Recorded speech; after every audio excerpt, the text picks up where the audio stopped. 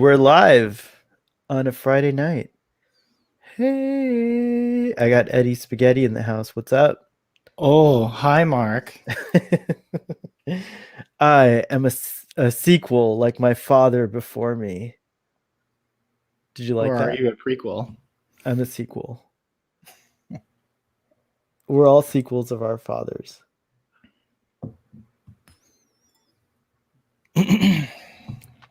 And our Yes, we are. fathers are all prequels of us. What? So, you're alluding to the theme for tonight is sequels versus prequels, or are we just discussing sequels and prequels? Are we like is the format to like debate whether a sequel is better than a prequel or vice versa, or It's all of those things. Hi, Daniel CEO. Hello from Chicago. Welcome. Tonight's overarching topic is prequels versus sequels.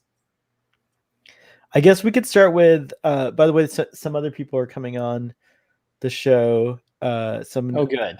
people might say, you won't be alone, but you're great. You've been on Starfleet Boy before. Once. Once. Yeah, you're No, good. I was not expecting to come on tonight, and I know I watch the show pretty much every week religiously. Yep. It's a great relief for me to unravel at the end of the week and watch Starfleet Boy After Dark and his cohort of comrades. My motley crew. Your motley crew. Our motley crew, I should say. Whoa, my light just fell. That's okay. Daniel, I never really anticipated to be on the show, so. Well, you're always there in spirit. If I was a sequel, then I'd be more American Graffiti. By the way, that's such a great sequel name. Nice. More American Graffiti. Yeah. That was George Lucas doing like an even more experimental version of American Graffiti. I don't think I ever saw More American Graffiti, or if I did, I've totally forgotten it and erased it from my. Yeah, I mean, American Graffiti was sort of shot like a documentary, but since More American Graffiti was following all these characters from the original film, after they basically have like splintered apart into like, entirely different lives apart from each other. Each of their stories is sort of depicted in like a different format, like filmically, with different filming techniques and stuff. It was interesting. Hot Modesto nights. There was a time where I wished I grew up in Modesto like George Lucas, but then I went and visited Modesto and I was like, oh, maybe not the life for me.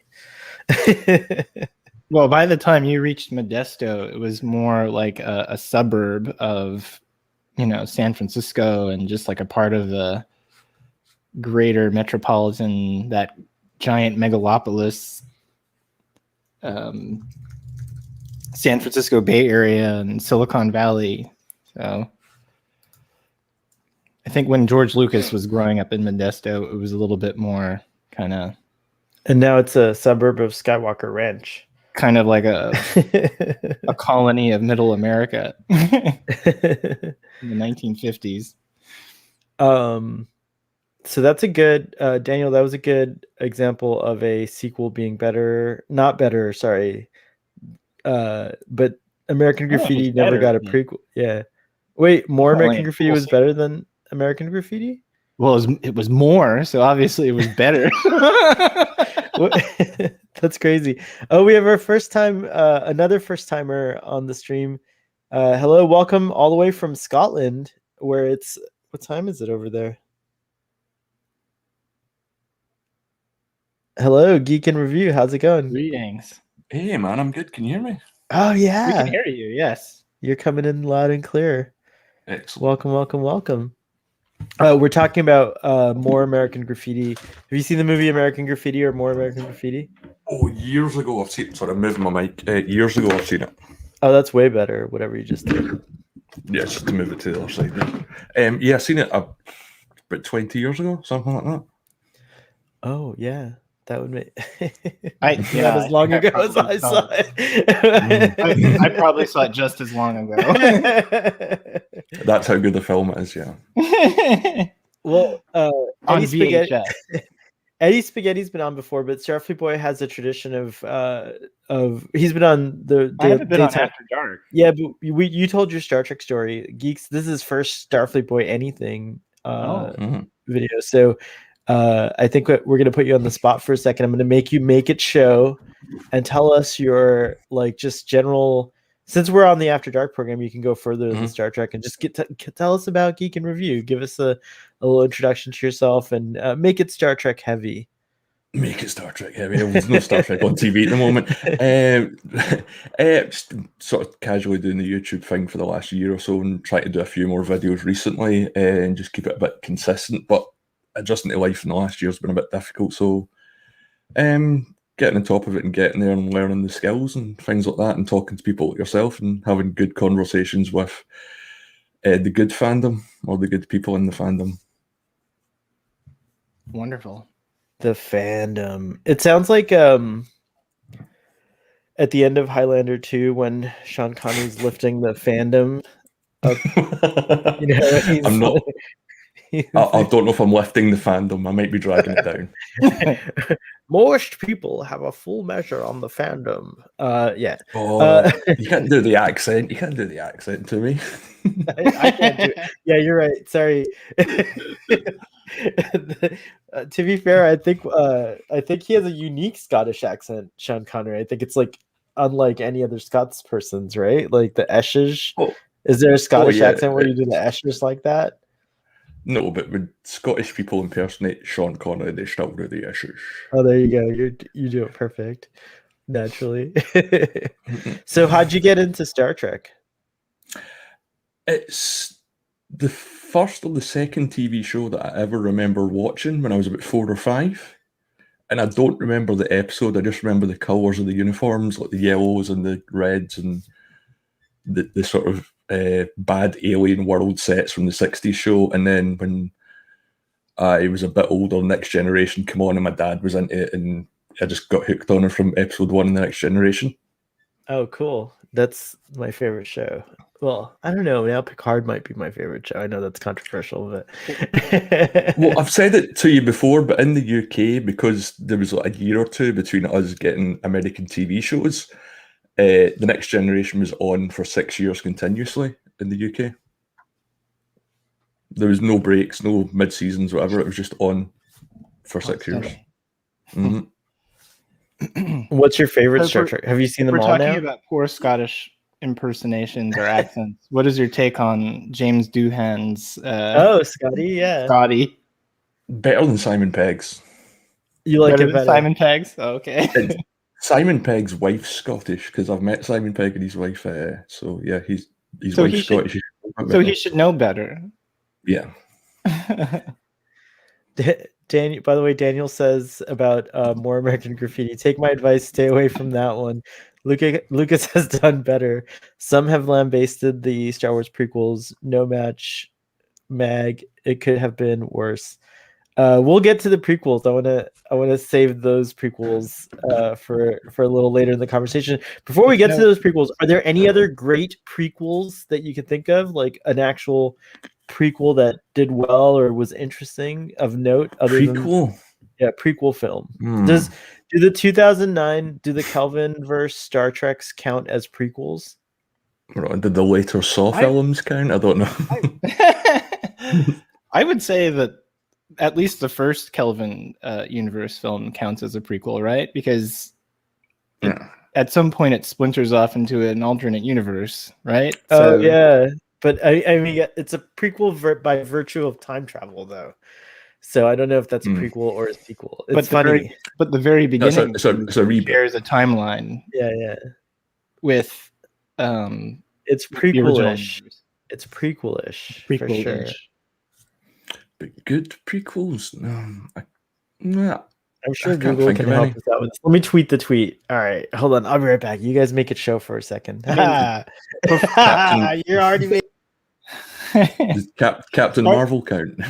Starfleet Boy sprung this this theme upon me right before the show began, so I didn't have a lot of time to think about it. But the first prequel that I could think of that wasn't one of the more obvious ones was maybe Indiana Jones and the Temple of Doom. Oh yeah, of course. Yeah, absolutely. It's supposed to take place before Raiders of the Lost Ark, but it's probably not the most beloved of the series. It's probably the second worst so far. Yeah, the second worst at least. Yeah. Kalima Shakti De! Kalima Shakti De! I always forget that movie is a prequel. You're absolutely 100% right. So George Lucas has been like into prequels. That's a George Lucas thing. It's like his MO. Yeah. Well, yeah, because he done A New Hope before he done Temple of Doom. Mm-hmm. Yes. Yeah, that's right. And he always talked about, well, when Star Wars came out, it was just called Star Wars, right? It didn't have the New Hope subtitle. I don't think it had an episode 4 subtitle. But it was like Star Wars and then A New Hope. Like when the opening credits. Oh, maybe you're right. You're right. It didn't have A New Hope, and I don't think it had the disclaimer that it was episode 4 in a series. Oh, okay. So that was added later, what, for the special editions or something like that? I think so. Somebody correct me if I'm wrong in the chat. I honestly don't know. But when he first wrote the treatment for Star Wars, he kind of wrote out more or less the entire saga, and it began with. He claims it began with the story of Darth Vader or Anakin Skywalker, and he decided that he was going to like excise the, maybe the first, couple series or adventures of that story, and begin with the son of Anakin Skywalker. Right. And begin the story midstream, so it would kind of be more exciting and more dramatic. Not a good idea to bring to start a story. Maybe that speaks to something that midstream. No, I'm just kidding. It did well. Dramatic to begin. It paid off for him.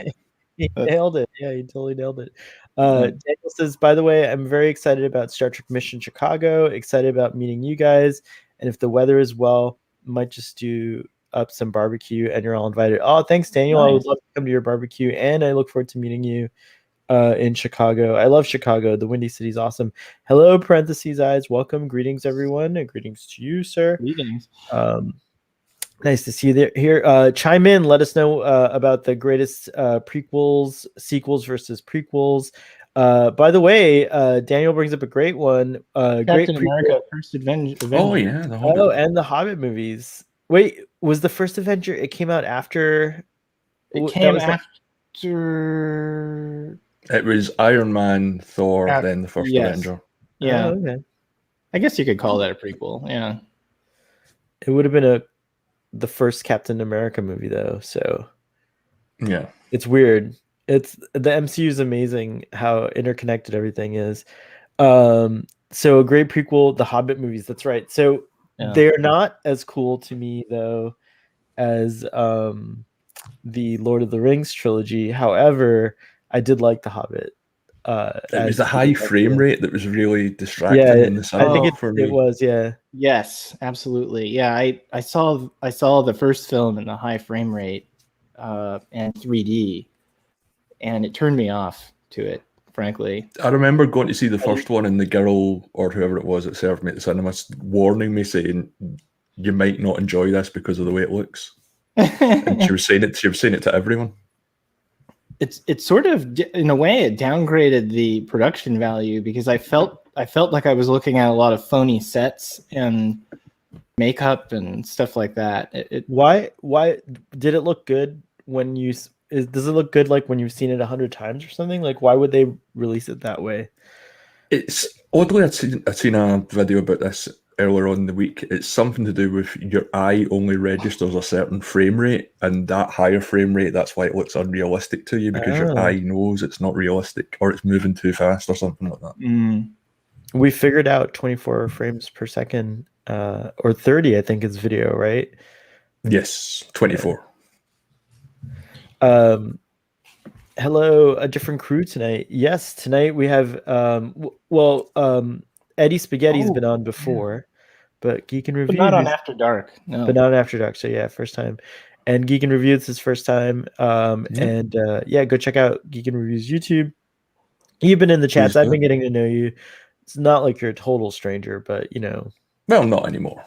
Not anymore. It's true.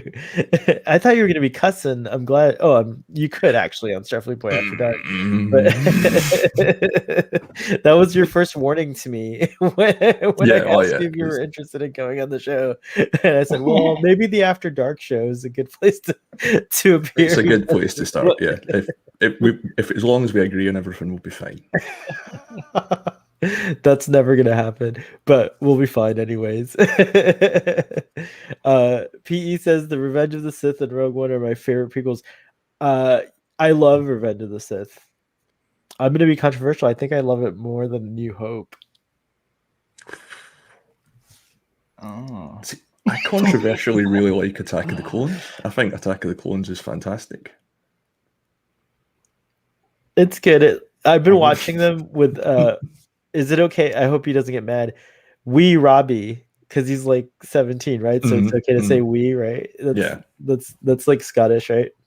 All right. So Wee Robbie and I have been synchronized watching them, and he hates them. And I have to admit, watching I love the prequels, but watching them again, some of the effects don't hold up so much. They look a bit cartoony now because it's all CG. And I remember at the time the actors complaining that, like, even though it was really exciting to be in a Star Wars film, that it was weird to not look at anything ever. Like, there was like George Lucas went crazy.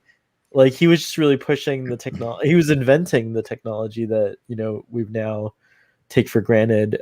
But yeah, it was not an easy thing. And it starts to show. Like, I could see how, like, critics were saying about the performances, like sometimes the eye lines are off, and, like, you know, there's just not the correct reaction to certain things.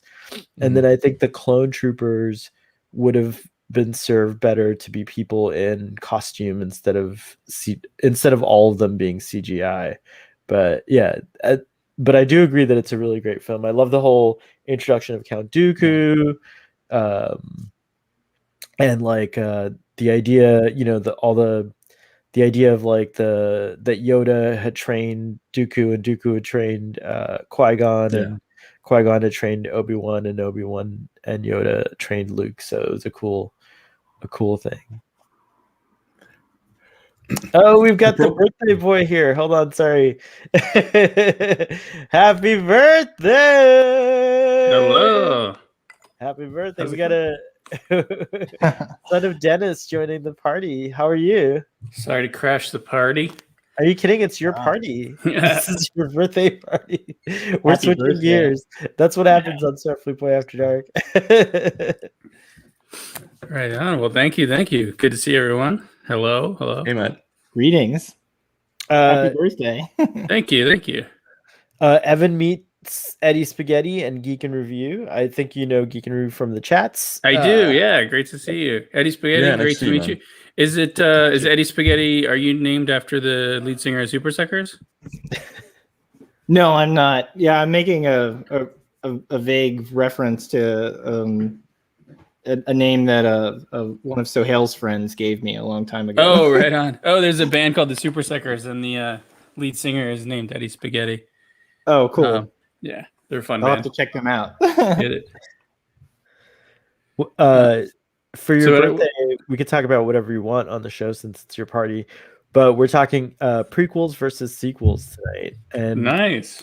We were just thinking that we were trying to think of prequels first of all, because there's not a lot of prequels out there. Prometheus and Alien Covenant. Yeah, those are prequels. That's true. Oh yeah. Sequels are still better. Did you ask if I think they're better? Yeah, the originals, like are the prequels better than the originals? No, I mean, I don't think sequels or prequels like sort of. I think like supersede the originals, but if it's a prequel versus sequel,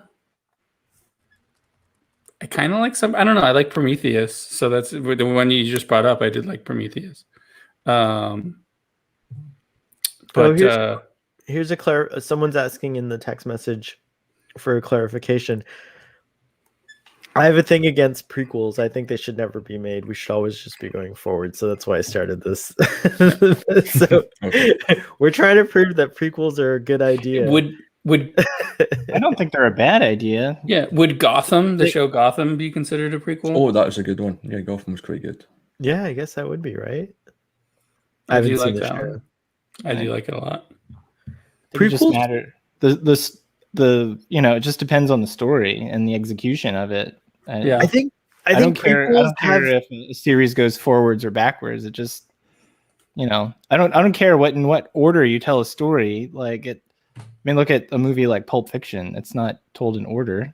That's true, but like I feel like the thing about prequels is ultimately it's very hard to avoid not being surprised. Like if there's a character in a prequel that's in the sequel, that character is not going to die. If there's there's certain it's a confined storytelling space, because if you do it really well, it has to line up with your sequel, right? Unless it's set way before, where it doesn't affect it doesn't affect the sequel series or whatever. Right. But unless a lot of characters in that prequel are completely foreign to you and have no relation to the sequel. Yeah, I do like I don't know how, I can't even think of an example, but prequels that sort of are a B story to what the original is. So it may just be almost sort of like Solo, or like Rogue One, I guess. Those are great, by the way, but yeah, Rogue One is probably the best Star Wars prequel, hands down. I think a lot of the joy in what a prequel can bring is what is exploring the backstory of a character that you enjoy, or to understand a character. Well, maybe not even that you necessarily enjoy, maybe even a character you hate, like Darth Vader. To delve into his backstory. How did Darth Vader start from cute moppish little kid to the most evil bastard in the universe? Yeah. Sticking with maybe that's a bad example, but I liked Joker, and that's kind of like a prequel. The X-Men prequels, some were hit and miss. Oh yeah, X-Men First Class and all that. First Class was great, very good. Yeah, First Class was excellent. You got a birthday wish, son of Dennis. Happy birthday! Thank you so much. Birthday. Thank you. Daniel CEO. We have some more comments. Let's see. I think I did this one. Oh, we were talking about the same thing. Revenge of the Sith and Rogue One are my favorite prequels. Yes, Rogue One is so insane. That's right. If it was just Star Wars, the Episode 4, A New Hope subtitle was added after an interview in '78 where Lucas revealed that Star Wars was a middle chapter in a 9-part story. Interesting. That's after he got the first paycheck for A New Hope. I don't need to just make 3 of these movies. I need to make 9 of them. As someone who read the Middle Earth saga as a child, LOTR and The Hobbit was a dream come true for me. I'll tell you what, I'm still waiting for the Silmarillion, which I think, does that count as a prequel? I think it's like a prequel. That would be amazing. Well, yeah, it's the origin story of Middle Earth. Everything, right? Yeah, the creation myth. Yeah, it's true. If it's Star Wars, I love it. I remember seeing Star Wars: A New Hope when I was 3. Cool. At the Wayside Theater. That's cool. Is that in theater in Ann Arbor? It was my first live action grown up film. Very cool. Nice. Awesome. Did you guys? I'm sure you guys covered like the Kelvin Star Trek stuff, right? Yeah. They're not really Well, prequels. On that a little bit. We didn't talk a lot about it. Yeah, but you know what a prequel is the Enterprise in the world of Star Yeah, Trek. I was watching. Yeah. it, yeah. Enterprise series, Yes. Discovery, and Oh soon yeah. Strange New Mm. Worlds will all be prequels for TOS. Yeah, actually, it's 100% Mm. true. It was a long road getting from there to here. Well, if you go by the measurement of linear time, then Lower Decks is a prequel. If Picard is where Yeah. the universe currently is. Oh my gosh, there's so many prequels. We're swimming in prequels, and they're all good.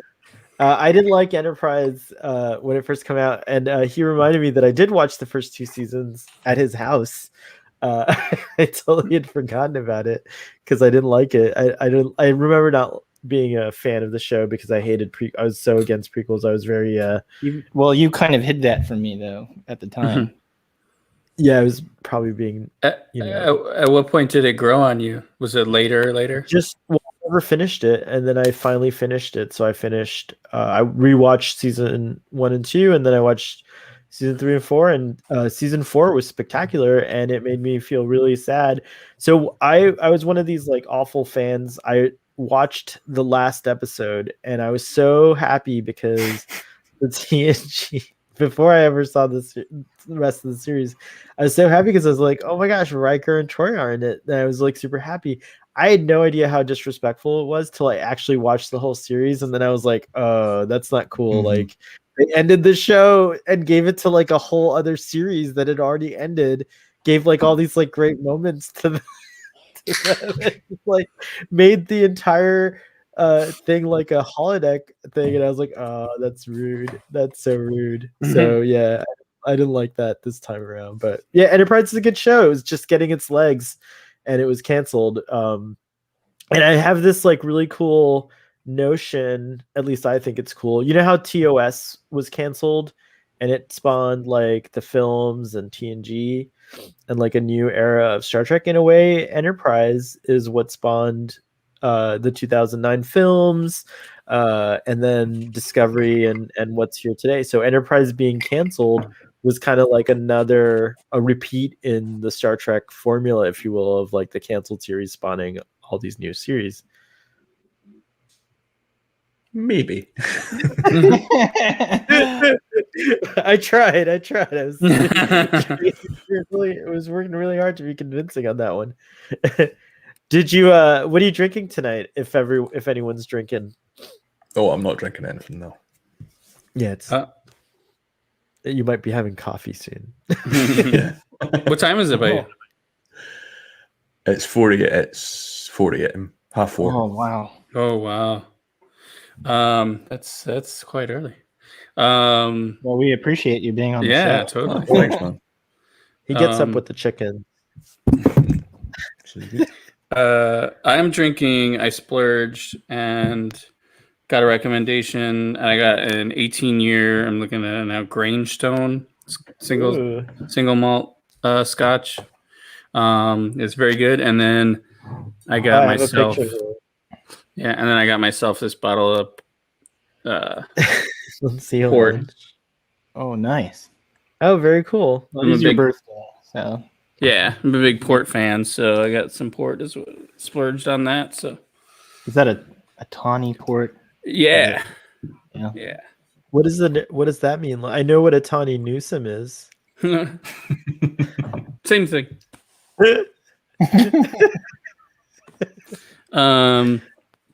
There's different types of port like ruby, tawny. There's like different types of port. I like tawny's my go-to. It's got a little more of a burn to it. It's good. I think it tends to have like more of like an amber hue to it, and ruby is like the name. It's like a deep red, sweeter. I could be Ruby's wrong. ruby's like very sweet. I mean, port in itself is so sweet, but and you know what? I think I didn't bring a bottle opener up like an idiot. What are you having tonight, Eddie Spaghetti? Well, I'm having a local craft brew called La La Land. La La Land. and I'm not in LA, which is weird. Oh, but- I was my ears perked up. I thought you were in LA. Yeah, oddly enough, but the style is a West Coast IPA, so I think that's why they called it La La Land. It's got cool. all Oh, of nice. the the West Coast hop varieties. Hmm. I lost my joy for IPAs. I can't drink IPAs anymore. Really? How come?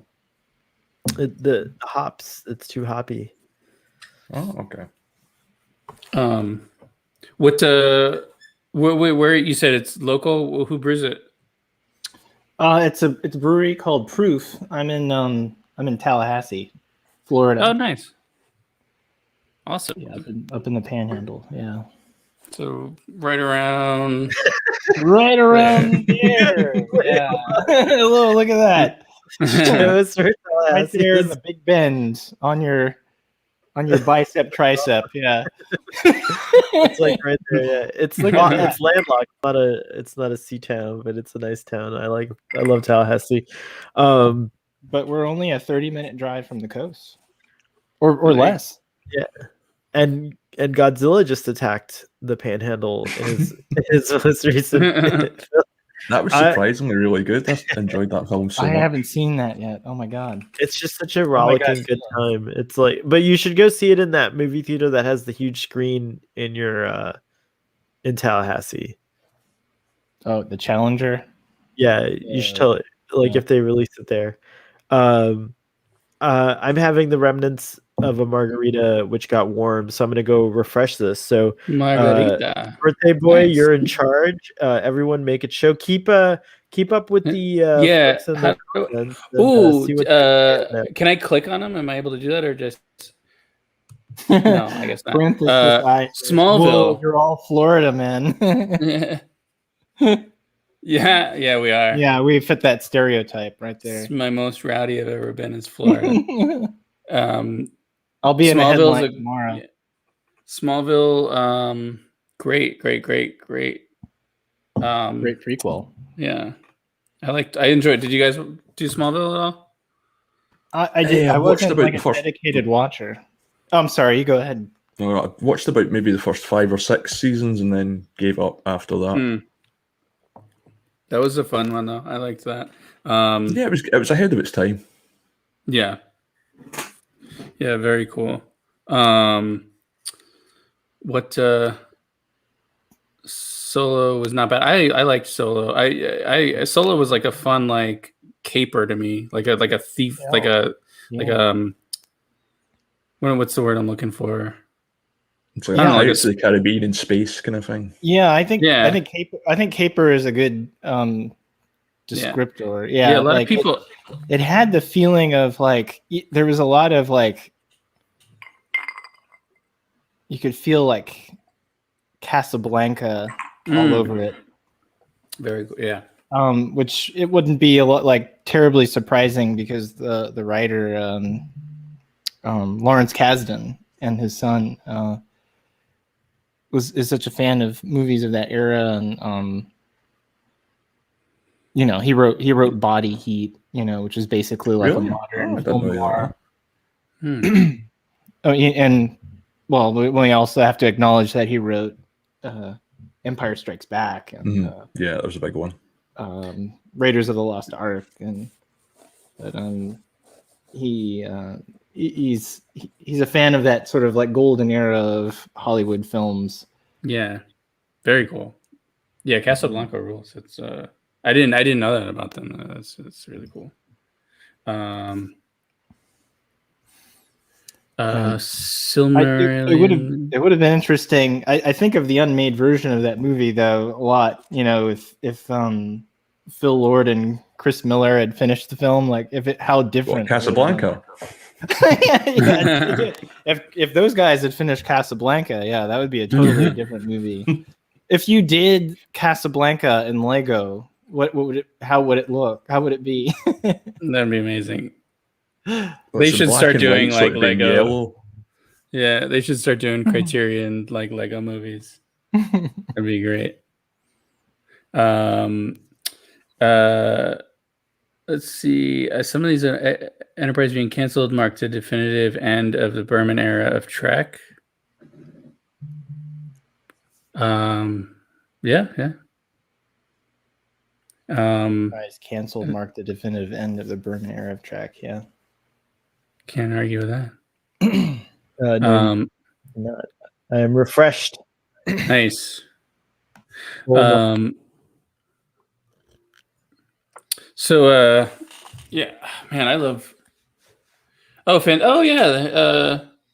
By the way, that was you. Daniel, That was you, Starfleet boy. Did you say Fantastic Beast? yeah, it was from the text message audience. So I'm putting. Oh, nice. That's a good one. But wait, I didn't. Daniel Seal having the Leinenkugel's summer shandy. Oh, nice. Yeah, sound off in the. I'd love to hear what everybody's drinking in the. Oh, Kong Skull we all- Island. we're That's not an all obvious Flor- one as well. We're not all Florida men, by the way. In this audience, there's a Scotsman. Is that how you say it? Scotsman? Yeah. I love Scotland. Even though I've never been there, I'd like dying to go there. Want to go to the Hebrides and listen to the Hebrides when I'm there. I haven't lived in Florida in 10 years though. I don't know if I still.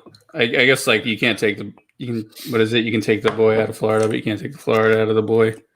Technically, I wasn't born here, so you can take Florida out of me very easily. But but I would imagine it's hard to take Florida out of me completely. Florida made a bad decision this week in our legislation. I won't go into too deeply, but so did Texas. When Father gets here, he'll share in the shame. So yeah. Prequels. Good idea. No, but so yeah, the Fantastic Beasts. Those are good. The first one was awesome. Yeah, Johnny Depp one, not so much. Yeah, and so yeah, hopefully the next one. Although, what's his face? Colin Farrell's returning. Oh yeah. Yep, you can't get canceled for making sex tapes anymore. Those were the good That's old fair. days. That's fair. It's true. It's like ubiquitous now. Yeah, look, I mean, if you don't have a sex tape, Mads you're not Mikkelsen replacing Johnny Depp. No, is it? I thought it was Colin Farrell who's replacing him. That they were going to explain that he turns back into that guy for some reason. Oh, but I could. Be wrong. Which you can. I mean, I guess you can consider like would a prequel. There's which movie is Jason in the Jason franchise? Is like they go. Is it like Friday the 13th? I'm trying to think because the first one they don't go sequels or did they go back? Right. I think that's Michael Myers. I think that's the Halloween films. There was the one that was just the Witching Hour or whatever, and it was not connected or it was a prequel or something, right? Well, my light's doing crazy. I think that was just 4. had some verification. Mads Mikkelsen is officially replacing Johnny Depp as Gellert Grindelwald in. Oh, that makes sense. 3. Yeah. I could see Mads playing an older Grindelwald. Very cool. Made older by the dark magic he wields. Yeah, as long as you justify it. That's the great thing about magic. You can just be like, I guess we've come to this point. I'm just gonna say it. The Star Wars prequels are really the best prequels I've ever seen. Even though they're not loved widely, they're still not a lot of Sith competition though. Yeah, like I can't think of. Earlier, The Hobbit was mentioned, and that was like the closest thing I could think of. Yeah, I'd prefer those over the prequels. But like, think about what the prequel films do. I mean, like, you can't watch them and then ever see the original trilogy the same again. I don't know. I was trying to say that that's a good thing, but that might not be a good thing for everyone. Yeah. What do you dislike about the prequel films? Father hates them, by the way. If he gets here, he'll start yelling at all of us, and we'll have to lower his mic down just a little bit. Just the overuse of CG in general, especially Revenge of the Sith. There's not one physical location; it was all CG. You're right. There's like I'm trying to. Mustafar was definitely not real. Yeah, because like they have Naboo at least where they filmed in like Italy and at Lake Como in Attack of the Clones. Yep, but in the third one there was no physical shots. And Tunisia. Did they not go to Tatooine in the third one? I guess They shot that at the end. They shot that for the second one. Yeah. Oh, gotcha. Wow, you really know your Star Wars prequels filming stuff there, geek. Nice. It's my first stream, not my first argument. I think they're great because for me anyways, it was cool to see the Jedi in their full kind of, glory, if you will, but also to see that they were wrong. Like the whole what I kind of love is that like George Lucas isn't actually, he's not you get the impression that the Jedi were amazing and stuff like that in the original trilogy, and then when you actually meet them you realize they're like arrogant, they're like all the things that like you shouldn't they're be. elitist. Yeah, they're elitists. They're like they're ready to do war and then use clones and like all this crazy stuff. It's like they really lost their way at this point. Like it makes one wonder, like, did they bring it upon themselves? It's very interesting. That's the stuff I love about the prequels, and I think that's like the stuff that it like did really, really well. So I think that stuff. But they're not prequels versus. If you do prequels versus sequels, the original trilogy, of course, wins. But we can't talk about the original trilogy because they're not sequels technically. The true sequels are The Force Awakens, The Last Jedi, and Rise of Skywalker. Most do not Jeremiah like in the comments also brings up the Clone Wars series now. Those are prequels, actually. Yeah, while not seeing the prequels, the show's absolutely amazing as well. Yeah, about the best pieces of Star Wars media, the Clone Wars. Yeah, he emphasizes with the whole idea of prequels and sequels can get real confusing when you're dealing with time travel stuff, though. Like by the end of the Terminator franchise, I couldn't tell what happened when. It's a good point. It's a really good point. I think Hellraiser Bloodlines kind of acts as a prequel and a sequel in one movie. Yeah, that's quite a film. How does that work? It takes place in the beginning, like I don't know, medieval times when they construct the puzzle box, the lament configuration, and then so you see the origin of everything, and it takes place a lot, and like the opening of the gateway to hell and everything like that, and the meeting of the Cenobites and everything, and then somehow the movie ends in the future, past light years past when any of the other movies had taken place, where it takes place in space, which Event Horizon ended up like biting a large part off of. But yeah, that kind of acts as like both. Could Event Horizon be a prequel to Hellraiser? Event Horizon was a rip-off of Hellraiser. Yeah, they literally steal a line from it, and they say like, I have what does he say? Like, I have such sights to show you or something. I forget the line exactly, but it's like it was a line that Pinhead said, and it was like, whoa, like, is that an homage or is that like? Oh yeah, was it the line by? This is Sam Neill's line, right? Yeah. No, at the end he's shouting, "Do you see? Do you see?" I remember that. Yeah. Is that like still a cool movie? I do like Event Horizon. Roads, where we're going, we don't need roads. Mm-hmm. We have a list actually that someone sent via email, which is from Screen Rant, the 10 best prequels of all time. Oh, beautiful! Run through them. So number 10 is Mallrats. I didn't realize that that's a prequel. I had no wait. What? Is that a prequel? No, that's not a prequel.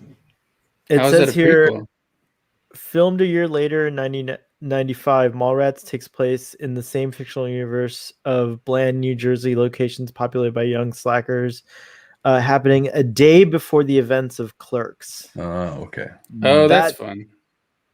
The story follows never knew Brody and so and so. So it's a day before the events of Clerks. That's okay. Apparently, I did Very not cool. know that either. I So believe we the town, the fictional town, is Leonardo, is where all that takes place.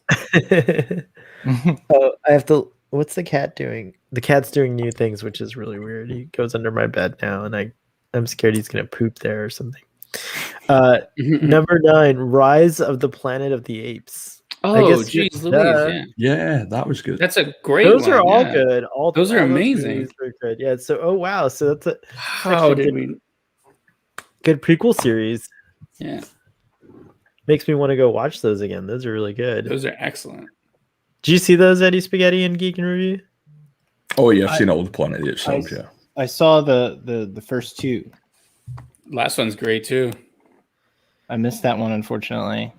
This I last did really like. I particularly like the second one, which I don't know why I haven't seen the. What's his face? Woody Harrelson's like really awesome in the last one. It's like Apocalypse Now kind of thing. Yeah. Mm. X-Men First Class, which we already talked about. Then comes Monsters University. I didn't realize. I haven't seen that one. That's actually. right. That's so funny. All the dads have seen it. Yeah. This list counts Star Trek 2009 as a prequel, interestingly enough. It ranks in at number 6, so that's interesting. We were debating whether it's technically a prequel or a sequel or a reboot, which doesn't even count as either. Although it would suggest that it's not a reboot because the Prime timeline has made efforts to include it in the story. So if it were rebooting or reimagining Star Trek, then it would not be included in the original story. I don't think. It's so weird. Timey wimey wibbly wobbly is all I can say about that one. Casino Royale is technically a prequel. The James Bond. Yes. I don't know. I only know I don't know the new ones that well. Daniel Craig. I mean, yeah, I've seen a couple, but I don't. I just know the older ones, but Well, yeah. with James Bond, they would have to like reboot it. You couldn't just have like an 80-year-old man constantly the same actor. Yeah. No, it's totally true. This is good. Good point. But yeah, I didn't realize that until now, but it's true.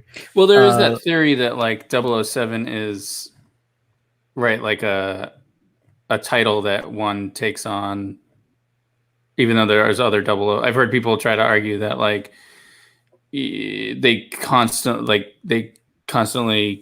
bring in someone is how people justify the different actors, like to like make the lore of behind 007 like more immortal or something, I guess would be the Like the mantle of the bat with Batman kind of thing. yeah. They've kind of I could have sworn they kind of explained it as like it's just the designation gets passed on from agent to agent, but then I guess Skyfall kind of contradicts that or whatever. So I've only played I see that's the one I want to watch Skyfall because I feel like I played you played the video game. Yeah. Is that the one Adele is in? Adele sings this song. She does the theme song for it. Yeah. Skyfall. Yeah, I remember that. We have Batman Begins. That's not a prequel. That's a reboot. That's I don't. I guess we're getting into like murky territory where like because there's reboots and prequels and other things. Are they can you consider Batman Begins a prequel to the Tim Burton series? Because they cover the same thing. Like you have the pearls in the alley. Like it's all. This Screen Rant article, by the way, giving them credit. For a short while in early 1990s, it seemed that director Tim Burton would bring the superhero genre back in vogue as both Batman '89 and Batman Returns in '92 were worldwide hits. However, all that goodwill was squandered by Joel Schumacher's campy sequel Batman Forever and Batman and Robin, so much so that Warner Brothers studio canceled its plans for another sequel. By 2005, the situation has changed. With the current era of superhero blockbusters in full swing, Warner Brothers produced Dark Knight. They don't really justify why they're calling it a prequel here, like they did with. Yeah, I don't. That's a hard reboot. Well, I have been reminded by someone smarter than me right now that the Good, the Bad, and the Ugly is a prequel to the previous Dollars films. A Fistful of in the Dollars, trilogy, Oh, yeah. trilogy of those Clint Eastwood, Sergio Leone films. Oh, very Yeah. cool. It was the third in the series, but it was a prequel. Very cool. Okay. Text Trek is gonna restart his computer, and then we'll hear, and he says, "Batman Begins is not a prequel." Yeah. We have It's a hard no from Text Trek. agreement. Indiana Jones: The Temple of Doom, already mentioned. It comes in as number 3, and The Good, the Bad, and the Ugly is on this list. So good job to the person smarter than you. Yeah. The Godfather Part 2. Yes and no. It's both, right? Yeah, it's both. It's a sequel It's and a a sequel prequel. and a prequel because it's told in it's two stories told simultaneously. Interesting. In different time periods. So those were one post Godfather one and one pre Godfather one. I don't feel any closer to a definitive answer here on my. But many prequels people will versus argue sequels that Godfather 2 debate. arguably a better film than Godfather 1. But would Godfather 2 exist without Godfather 1? That's a really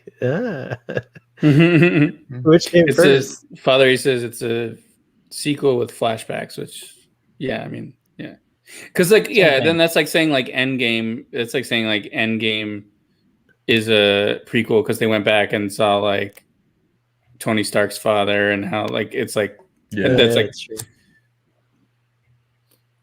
Time travel as an element in a story doesn't make it a prequel automatically. yeah. Good point. By the way, I don't think you saw this. I don't know if you saw this earlier. Daniel Co Back says, to the Future is its own prequel. and True. it's true, and it's true. That's funny. Say hello to the Gorbals for me from Blackadder. And then, while not seeing the prequel films brought about one of the best pieces of Star Wars media, the Clone Wars. Yeah, that's right. We already talked about that. The Clone Wars is awesome. I love the way they ended it just recently too. One could make the argument that Star Wars franchise isn't about the Skywalker family or the Jedi, but that it is really about the planet Tatooine. You could make that argument, and a lot of people are making the argument that it's actually about Palpatine. It's a pretty good argument because he is a heavy hitter in the prequels.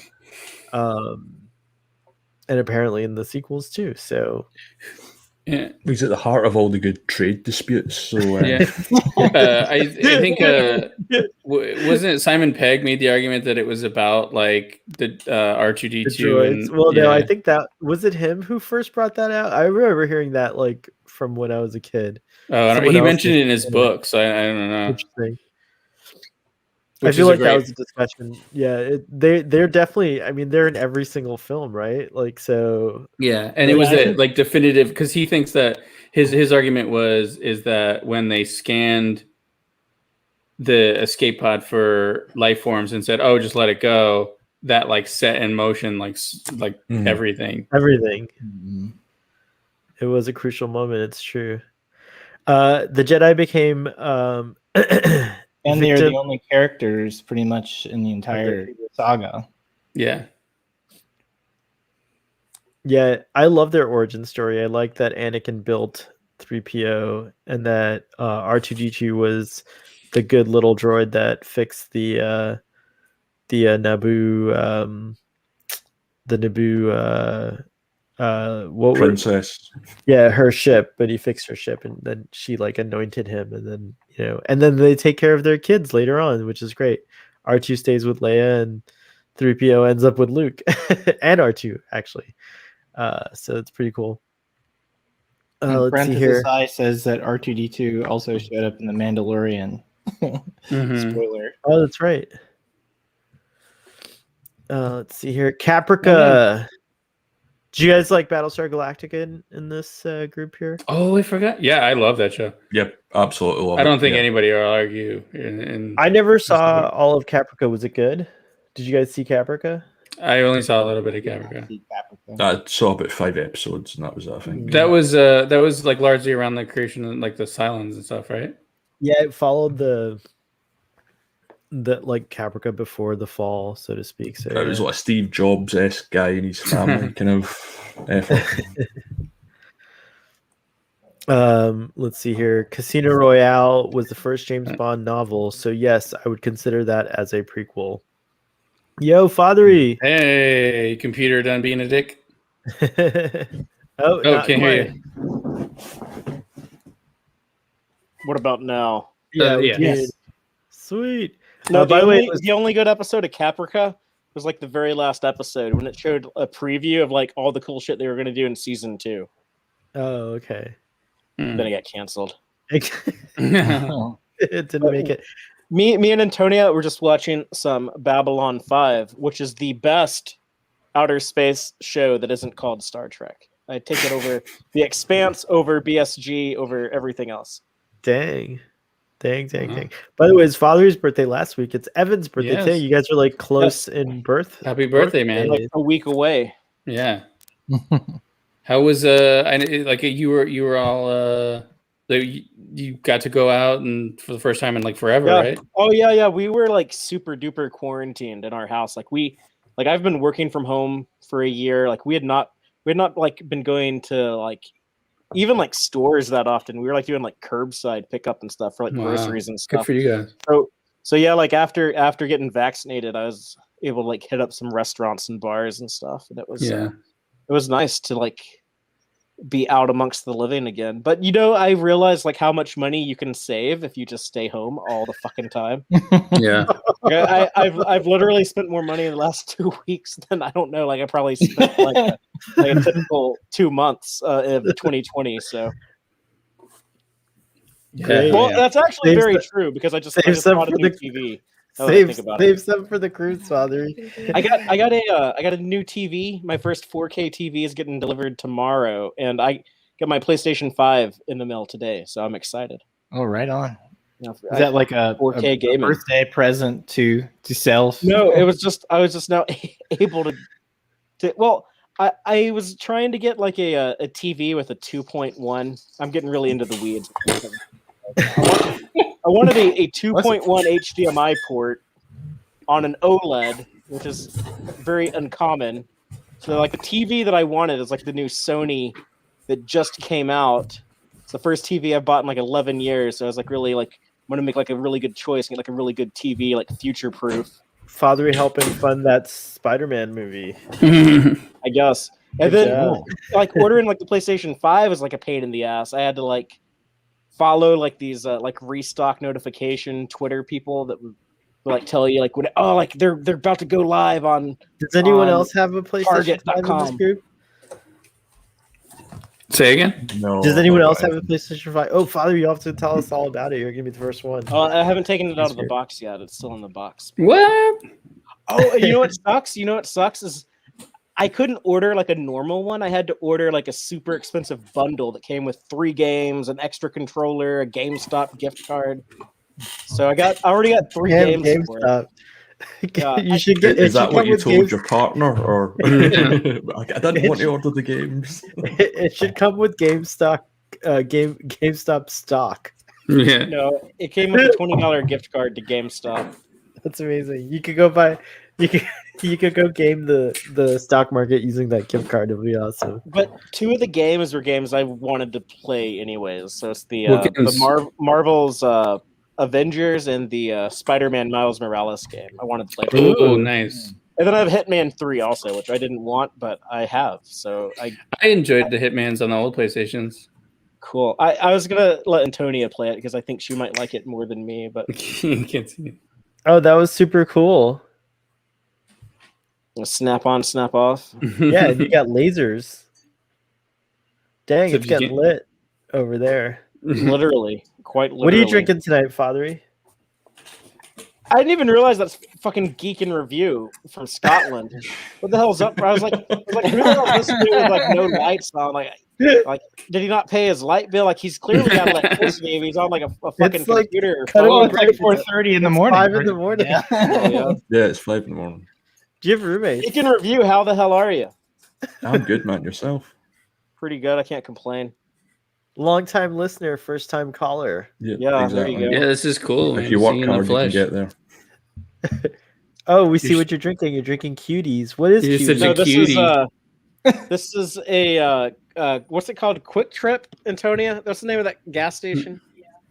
It's like their version of it was a Coke icy, but like I put whiskey in it and it melted. So now it's just like a Jameson and Coke. We call that a Cuba Libre over here in not Jameson. Sorry, That's with rum. that's with rum. What's a whiskey with whiskey Coke? Nothing. It's just a whiskey Coke. It's a Coke and Yeah. whiskey. Interesting. Very fascinating. All right, so Father's here. He hates the Star Wars prequels. I wouldn't say I hate them. I would say despise. I hate them. You said it just like Anakin when he slaughtered Oh, yeah. the sand people. That's what I love. hate That's what I them. love is that like yeah, like a movie about a dude who is a mass murderer. He like shows up in a town and kills not just the men but the women and children. And then he goes and like explains it to the chick he likes that he did that. And instead of her like going to Obi-Wan and being like, "Oh my God, Anakin is not well. He needs help. He's a danger to himself and others." She's just like, "I'll still marry the guy. That's not that big of a deal." It's a good point. Jeremiah, who I saw was in the chat earlier, has pointed out to me that these characters are a lot What? better. We missed in the Jeremiah's Clone Wars. intro? Holy shit. Hold on. Jeremiah was a Squirtle. Bum bum bum. Was a good friend of mine. While not seeing the prequel films, the best piece of Star Wars media was... Oh, I read your comment, Jeremiah, and I didn't even notice. Sorry. What were you saying, Father, about his comment, though? No, it was something he told me a long time ago. But he pointed out to me that those characters are actually a lot more likable in the Clone Wars cartoon. And I agree with that 100%. Like I like the Padme and Anakin in the cartoon, just not in the live action movies. I agree with that too. I think to me, like I was a later rival to the Clone Wars series myself. Mm-hmm. But I felt like that series added a lot of dimension to the prequels, and visually and stylistically, there was a lot to admire from the prequels, but it was it sort of rang hollow in a lot of ways too at the same time. But after seeing the Clone Wars series, I was just sort of like, oh yes, yeah, this is Star Wars. It makes me respect that era. Yeah. I still don't love I respect all the choices. Yeah, but it's harder to appreciate the original films, but the series definitely brings a lot of Lucas substance to George Lucas world. Also having very few stressors or limitations. I think also produced films that are a little bloated. I think there's so much now watching him again. I'm like, oh, you could cut out so much. And they're kind of self-indulgent. It's kind of like how Quentin Tarantino had that editor that he worked with on every movie, who then died before I think Inglourious Bastards came out. And you notice like every Tarantino movie after that, they're still good movies, but they're all like incredibly long. You're like Django, The Hateful Eight, Once Upon a Time in Hollywood. Like they're all like really long. And they're about like a half hour longer than they need to be. Yeah, and I still enjoy them. And like Tarantino's like bloated extra fluff that you don't need is still better than 90% of the movies I could watch instead. But yeah, they're definitely they lost like that sharp focus that his earlier work had. Sally Menke, that was her name. She was obviously like one of his key collaborators. because his scripts apparently he writes them like novels. Like he only the final version that you see is only like a fraction of what he writes, and his scenes are obviously like the worst scenes are overwritten. Yeah, like I think the last thing he edited was Kill Bill, and then after that, everything he's done has been a little bloated. Yeah. OG Skywatch says top 5 slang words for whiskey and coke are DeLorean, BoJack Horseman, California Breakfast, Porn Star Diet, and Vagina Bomb 5000. I feel like reading that comment, it turns me into like that gif of that dude blinking, where he's just like. I feel like Vagina Bomb 5000 is like a great name for a drink. I don't know why. My Antonia, did you know that you can call a whiskey and coke a Vagina Bomb 5000? There are 1,200. I don't know why, but that's what some people call it. Or words related to whiskey and coke. Thank you, OG Skywatch. California breakfast. Porn Star Diet. Porn Star Diet. DeLorean? That's a little far. That's a little crass. DeLorean, I do not appreciate. That's a little much. No, I wanted to buy a DeLorean. Wanted to buy one like 10 years ago. Like, not that I had the money, but I wanted to. And actually, like the price of them has like gone up in recent years. Like they were getting like a lot cheaper. Now they're more expensive. They started making them again, I think. Right? There's a guy. You're better off with the OLED, probably. There's a guy in the valley. That's a better investment. There's a guy here in the valley that has a perfectly restored DeLorean with like a flux capacitor and stuff, and then he's got a kit as well, and he drives them around. And every once in a while, it's a fun sight. You'll see him like out with like the DeLorean or the kit, and you're like, "Oh, there's that guy." It's pretty awesome. There was a dude who lived. We met that guy in New York, right? With the DeLorean. Yeah, there's another guy in New York. I don't know. Like a time machine. Yeah, I have a great picture of you. Don't show it. Don't show it. I won't show it. I'm just saying I have a great picture. Eddie Spaghetti. I don't think I've ever met you before either. He's been on Starfleet Boy. I've been watching the show. I'm a big fan, fathery. So Hale prompted me like very abruptly before the show, and I've always been very hesitant to come on. But I'll just want to say I enjoy watching your show. I watch it every week. Cool. This show, not Text Trek, by the way. He's talking about. I do watch Text Trek too. Very deliberate about that. Well, thank you for watching. Yeah. No, you know I do as well. Big fan as well. I know. We have 2 longtime listeners, first-time callers on. We have 2 veterans here. I should come in late more often and see who else. It's too bad no one except me and Fallery watched The Falcon and the Winter Soldier. Oh, no, I've seen it. Yeah. Oh, you've seen it. Geek's seen it too, right? Son of Dennis, you haven't seen the new episode. I'm about 3 episodes behind. I just lost my steam, man. I don't know. I'm a little burnt out on that stuff. It's such a weird choice that like the reincarnated Red Skull was played by Gilbert Godfrey, but after about 20 or 30 minutes into the episode, I started to see what they were doing. I was like, oh, I get it now. No, he only done the voice. It was someone else for the body. Can someone please do a Gilbert Godfrey impersonation as the Red Skull? Hail Hydra! The thing about Hydra is, they're not exactly communists.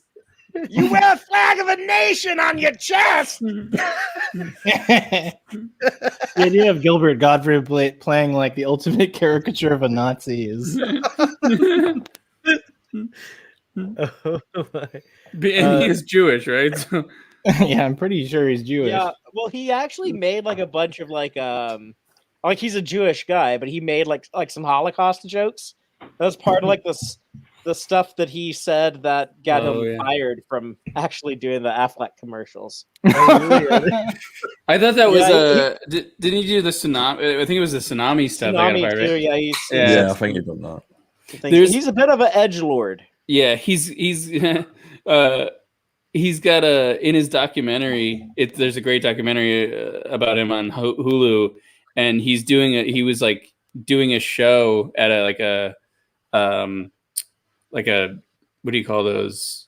Just like a big arena or whatever, but like it had like side rooms or whatever, and there was like a World War I like recreationist Nazi society like dressed up at the same time, and like they were all walking up to him like after a show, and they're like, "Oh, Gilbert Gottfried!" Like all these guys in Nazi uniforms, like we're such a big fan, and like they're asking for pictures, and he's just posing with these Nazis, and he's like, "Jesus Christ, like this sucks."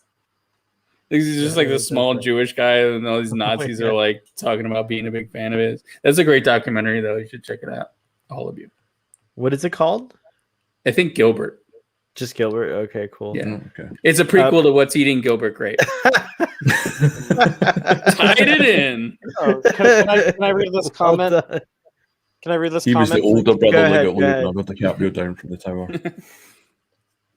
PE says, personally, I think Jar Jar should return in one of these future Disney Star Wars series. I'd love to see him a broken person torn apart with guilt, with how he gave Palpatine absolute state power. Jar Jar actually does show up in one of the early Disney novels. It was what's the name of it? Shit, I can't remember. It's really set like sad. shortly He's like after a Return of the clown or Jedi. something, right? Like he He's entertains like children. he's like a he's basically like a street performer on Coruscant. It's like Misa used to be in the Senate, you know, but not so much. These are responsible for the fall of democracy. Didn't they? I thought they confirmed that, or like there was a theory that he died when the planet blew, or like he was on the planet. No. I want to see Bail Organa, Leia's dad. I want to see him like on Alderaan, looking up and seeing the Death Star in the sky, charging up the super laser, and just be like, "Fucking Jar Jar!" Right before his whole planet blows up and he dies. That's crazy. Jimmy Smits. Yeah, you just like, get him on like a Funny or Die skit or something. That's if he ever shows up on SNL, I think you could do it. Yeah, totally do it. I think that would be He's mainstream like, enough these days. Jar Jar. It really would be. Like The only problem I had they do with Revenge. some deep cuts. Like, I mean, that's not. If you're like a Star Wars nerd, that's not like a super deep cut. But like they do like some pop cultural references like that on SNL these days. I mean, I don't watch it, but I see clips sometimes. SNL's been on fire lately. I've been loving a lot of their skits. Has it? They're very funny. Yeah, it's been pretty good. The only problem I had with Revenge of the Sith was how much Padme was dumbed down. She only had one good important line in that whole movie. What was that important? Yeah, line? what was the line? But yeah, she's a disappointment. I think they could have done more with her. It's true. It was confusing, I think, also that she was an elected queen and then became the senator. I remember that was like a point of confusion. That's like Mitt Romney used to be governor of Massachusetts, but now he's a senator for Utah. Yeah. That's a good way. Who's Anakin Skywalker? John McCain. Story. John McCain. I don't know. I'm just thinking of someone who's dead. Geek and Review, what part of Scotland are you in? I'm just outside Glasgow, about 5 miles outside Glasgow. Okay, are you from there? Did you grow up there? No, I'm from about 20 miles north of Glasgow originally, a town out in the middle of nowhere. Okay. Awesome. Oh, you know who Anakin is? Is like Pelosi. Where you think like Sure. Like you think like Pelosi was like this cute little kid at first, like doing good and like all the, and then you're like, oh, she's just part of a bigger system that's fucking us all anyways. Like, yeah, I'll buy that for $1. I feel like the prequels were I got the RoboCop seal in that a lot of what they kind of were warning against is kind of we're on the precipice now of these. It feels like at least we're on the precipice of these very same things happening. It's kind of a scary time. One of my problems with the prequels, though, is that when I do start to criticize stuff in those movies, people tell me like, "Hey, back off." George Lucas says Star Wars is for kids. He made these movies for kids. So don't complain about Revenge Jar of the Jar Sith is not stepping for into- kids. I agree. That's what I said. And neither are movies. Yeah, that death or not death scene, but The that slaughter. battle. That's Where he's like on fire and shit. No, like what kid wants to watch a movie where the Supreme Chancellor hears out a debate on a trade blockade that is protesting the taxation of trade routes? Like I'll grant that's him- not kid material. That's the same kid that like watched like 12 Angry Men like as a kid, like as a small child. I'll grant you that the Phantom Menace plays very childlike because of the actor Jake Lloyd. Like he's just he's like a little kid in the film, and there's no Anakin Skywalker. It's Jake Lloyd acting like playing pretend with all these people and stuff like that. So he's very like he grounds it into a kid reality for me, I guess, in a way. And Jar Jar, of course, in the first one is very like cartoony and presented in a way where I could totally see that. But it is odd that you would make this film one film for kids out of 5 others that are definitely not. Maybe A New Hope. Maybe that one could be passable for kids as well. But you have the Arm. Some people would. That's also would a not. movie where the kid in the movie comes home and sees his parents. Oh yeah, you roasting can't. on You're right. fire. You're right. There's the I skeleton. grew up when I was a Uncle kid. Owen and I grew up on that. I did was too. like, I did too. I was like 2 years old the first time. That's like the first movie I remember watching. Like some of my earliest memories of life. Uncle Like Owen and Abu on fire. I remember some stuff vaguely of being like 2 or 3 years old. Like I have like these like some things are like specifically like really detailed. And like one of the things like I remember is like watching that movie again and again and again all day. yeah. See, I just remember the Okay, speeder also- going across on the There's desert. also a and that's all I generational remember. thing there, though, too, because I watched a lot of like really hard stuff like that when I was a kid. Yeah, I didn't have any I have wasn't sheltered at all for me. Like my mom used the VCR as the fucking babysitter. Like she would like anything I would sit down and watch. She would stick in the VCR, play it on the TV, and just like let it like entertain me and babysit me all day. That explains So- you. I know that explains a You lot. have like I'm a sure. huge knowledge of TV because you. Can I watch ask? so much of it. You sparked a like a little interest. Like I have a question. What is the first movie everybody can remember where like they were super young, but they watched it and they were like, "Whoa, this is definitely changing me." Like this is Teen Wolf, the boobs. Teen Wolf the Boobs What does sounds that like a explain? sequel. Like I do remember like That's a sequel that needs to be made. In For 1992, cable. seeing Michelle pay cable. Pfeiffer as Catwoman, oh, Batman Returns. That was your like, definitive. like when There when were she some first- really blue lines in Batman Returns. yeah. Well, when she first like shows up in like the skin tight black leather, like Yeah. I felt like a I don't know how the Boner? correct way to describe it. But yeah, like there's like an increased blood flow to my loins. Where I was like, whoa, what's going on? That's funny. What about you, Geek and Review? I remember watching the first half of Aliens when I was about maybe 8 or 9, and then the bit when they go into the nest and you see it come out of the colonist's chest, and that was me done. nice. What's funny is I Did you actually saw also feel- Spaceballs before Oh, Alien? Spaceball. Man. So I learned like the alien jumping out of your chest from Spaceballs. Were you like when you watched Alien? Were you like, why is he not? Yeah. Darling. Why is Hello, he my not doing a little ragtime vaudeville? girl. Michigan J. Frog. That's so funny. What about you, Eddie Spaghetti? I have a vivid memory of my parents taking me to see Indiana Jones and the Temple of Doom in the theater. It was Oh a my packed God, in the heart. Nice. Yeah. And I was probably given like that movie's release date, I would have been 3 years old. So the We're heart close being to ripped the out of the same age, chest. We're close to What? the same age. Did you say you were 3 years old? Yeah, that movie came out in '84, right?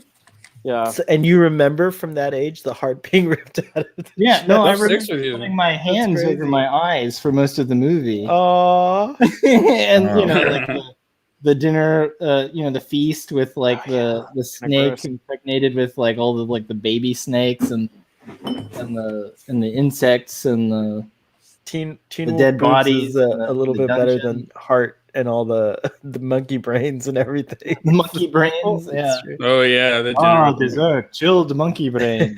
What about you? Film is not that good in my opinion. Like I think there's actually only been like 2 good Indiana Jones movies.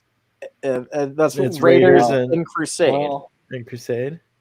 I wouldn't Yeah. disagree with you. Oh no, yeah, you're absolutely right on that one. But the second one, Temple of Doom, they didn't follow the formula. At least you It's can 'cause say it's a that they didn't try and do prequel. the same film again. Because it's a Yeah. prequel. Oh, The second Yeah. film had a handful of really good scenes, but it didn't.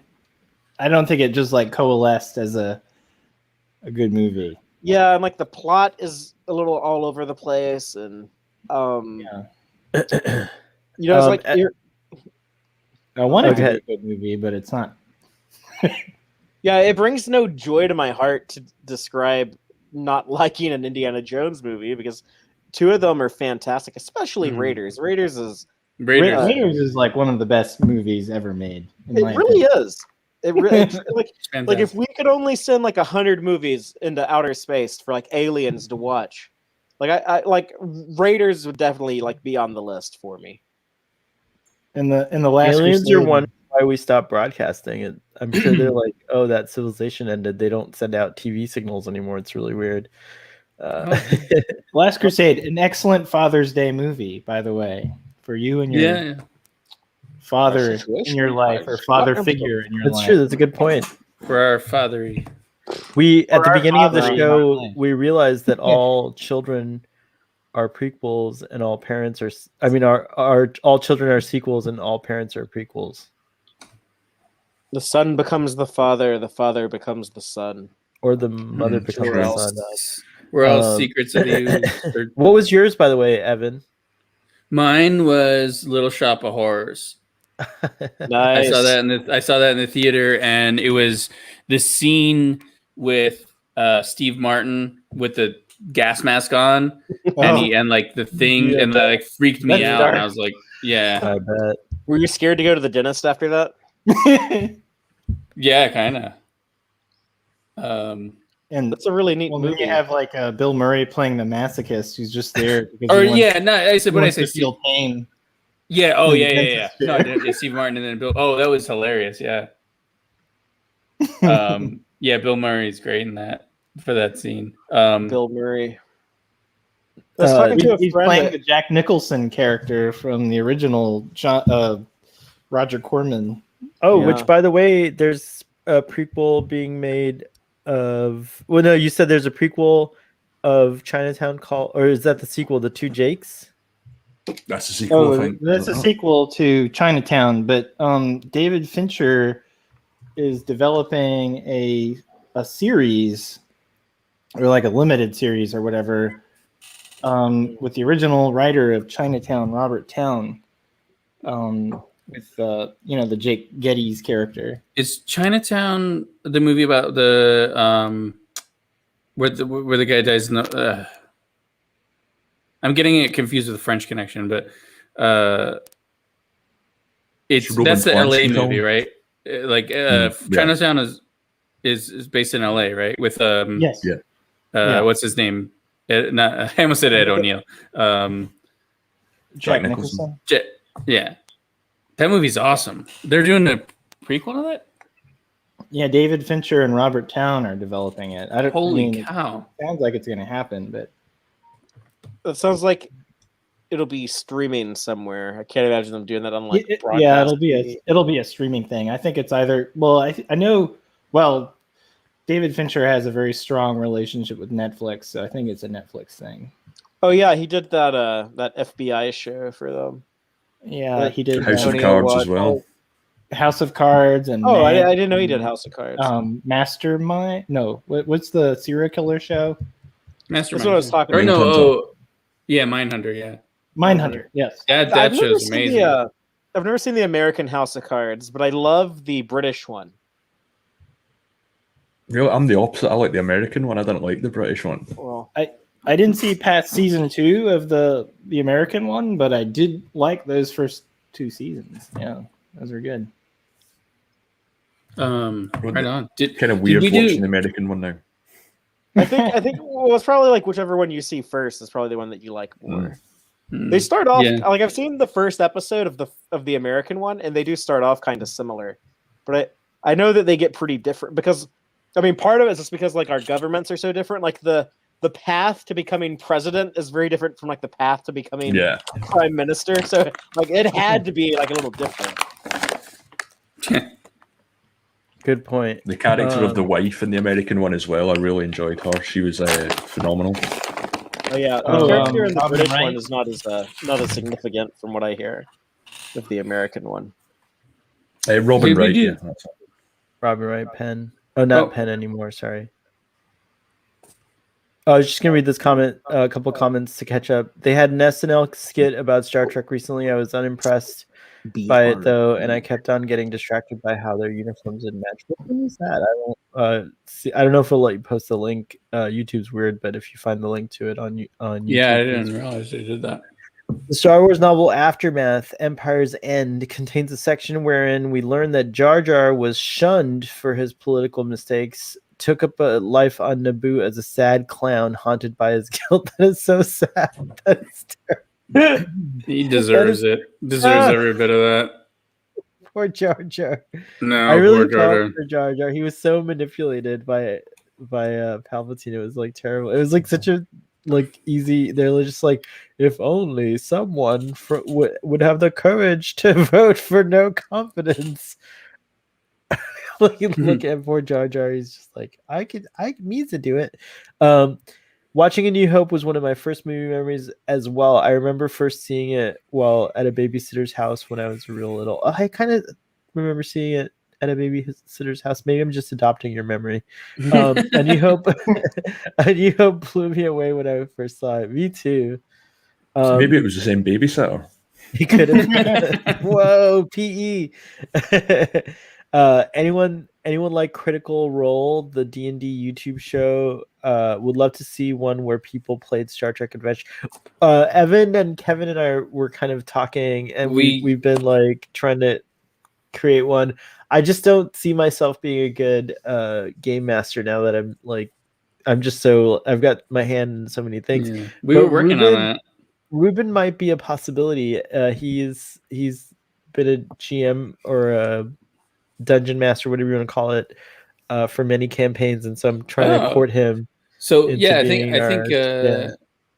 or you found one.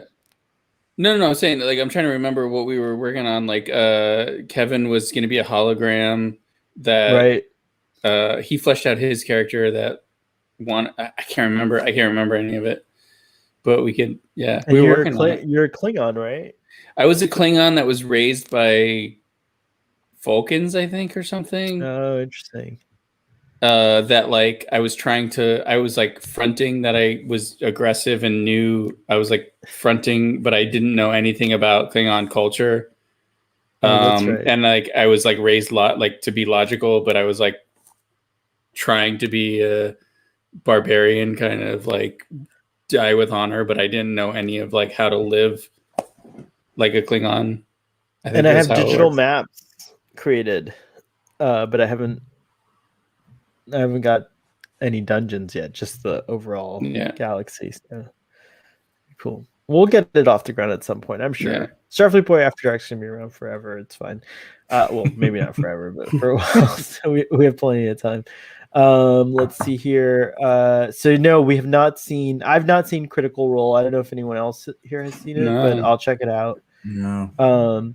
Chariots of the Gods and Willy Wonka were your first films. Cool. Nice. What's Chariots of the Gods? That's I was thinking it was Chariots of Fire. That's what I was thinking of, I think, too. Yeah. No, well, yeah, Chariots of the Gods is sort of like a documentary about sort of like the first, like It was an early Trailblazer documentary before the Discovery Channel got into like the aliens built the pyramids kind of thing. Okay. That was sort of the premise of that film. Interesting. Eric Von Daniken. Cool name. Rocky Horror Picture Show. Yeah.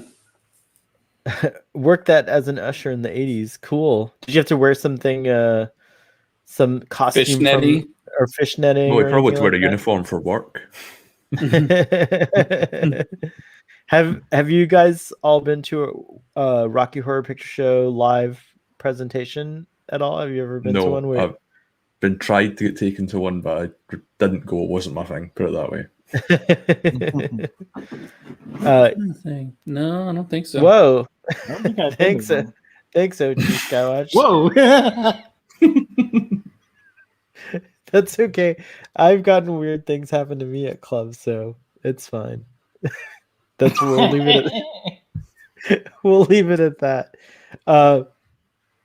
Big Trouble Big Trouble in Little China was awesome, and Game of Death was awesome for its time instant Bruce Lee fan. Cool. Yeah, anything John Carpenter. Absolutely. I'm I'm wearing wearing a 40th great one. anniversary The Fog t-shirt right now. Ooh. Oh, very cool. Last cool. year was the anniversary, but So I feel like from this discussion, prequels versus sequels, like there's Did we even talk sequels? well, it's No, we've not really talked I think sequels. we've not talked We about haven't sequels really, yet. no. Yeah, it's true.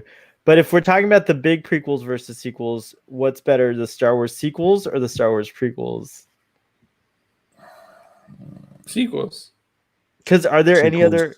Because like the original trilogy can't be sequels to the prequels, right? They're just the movies. Right. That's the period. Yeah. That's the That's the verses. that's the yeah. That's That's the dot. Yeah. That's the dot, right? So yeah, so there's definitely prequels to Star Wars, and there's also sequels to Star Wars. Yeah. So Fathery, What?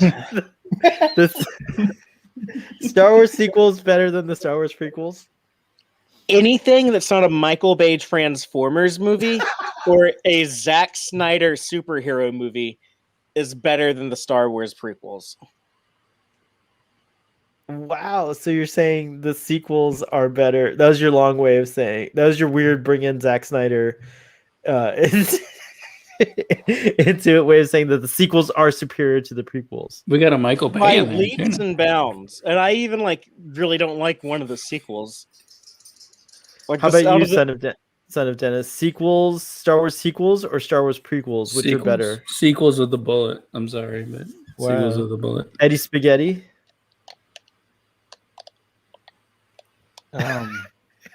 I might have intimidated him from saying he likes the sequels. If so, I apologize. I think I know what he's gonna say. I don't know. I'm guessing here. sequels with a caveat. I do like Mandalorian and the Clone Wars a lot. Oh yeah, yeah. Mm. There's a. I guess. Oh, you're muted. You're muted. Oh yeah, there's enough prequels now in Star Wars to make prequels Yeah. more than just the prequel films. That's a good point. But I don't know. That's yeah. Well, those aren't feature films, so I don't know if they count. So Okay, yeah. Can we? Those Maybe we aren't- should carve this soap bar a little bit and Yeah, maybe we should say prequel trilogy versus sequel trilogy. yeah. All right, If we're fine. gonna So- make that definition, yeah, sequels. all right, and what about you, Geek and Review? Sequels all day. Wow. We're all I in guess agreement. I know we're not all in agreement because no, he's the man. I actually You're prefer man the on an prequel island. films to the sequel films just a little tiny bit. Wait, but what is the middle trilogy? The original trilogy. the original trilogy. That's the So are Empire source Strikes material. Back and They're Return of the considered. Jedi, I not consider sequels. no. I just They're sequels, but they're not the sequel trilogy. yeah. We're talking about like the overall. But we're interested in the bread, not the filling in this one. If you do include, Thank you. I love that. Thank you. if you do. If you do include Empire and Jedi, then yes, the sequels win hands down, and like by leaps and loads. Yeah. But I will say also, Ooh. when it comes to prequels versus sequels, so far prequels are kind of hitting harder because of Rogue One, Solo, and The Mandalorian, and the Clone Wars Mandalorian's series. a sequel. The Mandalorian's a fucking sequel, though. It Oh came- yeah, takes you're place right. Oh yeah, it's Return after. of the Yeah, Jedi. you're right. Yeah, You're right. Sorry, The Mandalorian. it's Is a prequel to where we're at the now. sequel. but- Yeah. It's a prequel to the Mandalorian, the most But it is a beloved sequel. contribution to the franchise since the original trilogy, is a sequel. Very Yeah, nice. absolutely. Yes. Yes. All right. Well, I still like the prequel trilogy just a tiny bit more than the sequel trilogy. You are welcome. Yeah, keep I it, it's support- fine. I Don't support worry you. about it. And I respect you. Thank you. That I'll tell you. surprises me. That surprises me. Like given not to say that you're old, but just like given how old you are. Most people who like the prequels tend to be younger people that were young when they saw them for the first time. Mm-hmm. Yeah, I think I like the prequel films because it was when did the first one come out? 1999. 99. Yep. Yeah, I was May 19th, I think. I was going to say May 13th. Yeah. It might be May 13th. I was That was my still- second guess. I was Yes. still that age that you're like still not quite an adult, and I think that's why it was such a great experience to have Star Wars come back after so long. Well, you are a Starfleet boy still, after all. After all You these were years, all- I'm still not, I mean, still not an I was adult. a teenager, and you're older than I am, though. yeah. I know I was like in my 20s, but it was You would've like been- you're that's still You're a grown ass man in your 20s. Yeah. no, not if you're living the charmed, not if you're living the charmed life of Starfleet boy. You're still like kind of pampered and a childlike empress. We were all in 1999, May of 1999. We were all children. We were hopped up on like Y2K fear On and, Mountain Dew, on Surge. You and remember Surge. Yeah, Yeah. Surge. That shit was banging in 1999. Yeah. I was drinking a 12-pack of that a week. I had a At least. doctor tell me I wasn't allowed to drink it anymore. I would tell that doctor to go fuck himself, and then I would have. But you would have said it like, go for yourself. Ran a marathon, yeah. Fucking, Also, leaping over and rip his couches and throat back out. alleys and shit. my These feeling, weird ass impromptu urban obstacle courses that you Yeah. set up for a commercial. That doctor was just jealous you were getting so much done. Just nailing it every day on Surge. Yeah. my So relationship Hell with the, Sohail went really deep on the prequels. Having been a friend of Sohail's at the time that those movies came out, oh yeah, historical context here. yeah, you really, you were telling off all the naysayers at the time. I remember. I was, you know what else I was very pleased about is for years growing up, every single person I knew pronounced the capital of the Galactic Republic as Coruscant. No. Natural, yeah, for real.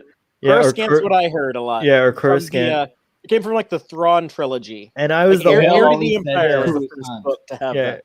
and I was the only person the whole time. I was calling it Coruscant. It's What about Coruscant. Coruscant. Palpatine? Did any of y'all ever say Palpatine before that I movie? did. I did Like, say I remember that Palpatine moment in before the that, yeah.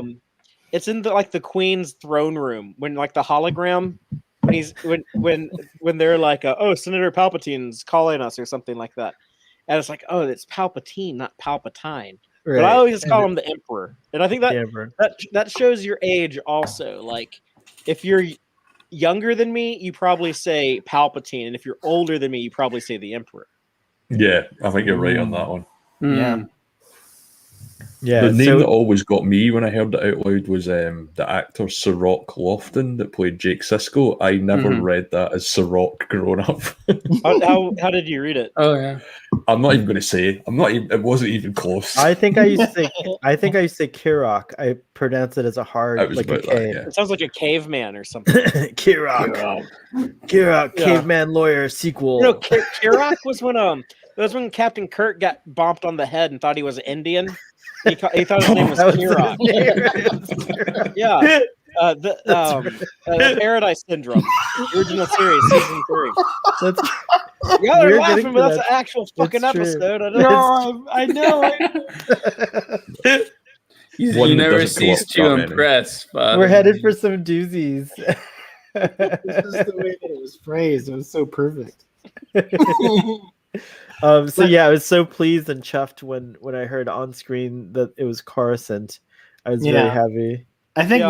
we had debates in high school, Sohail, about the pronunciation of the central planet of the galaxy. The Galactic Republic. And your pronunciation was closer than mine. So. Yeah. No, the other thing that we got in that movie that I thought was weird is when they said the word Sith, because they never said that in the original trilogy. They never one time said Right. Sith. It was just the dark side. Yeah. But it had been like written, like they had used it in writing before. They just never verbalized it. So that was I thought that was interesting. I was trying to memory explain lane. I was trying to explain to Robbie a little bit. He, by the way, he dislikes them. He's watching them for the information, but he He dislikes messaged them. me and told me he did not have fun.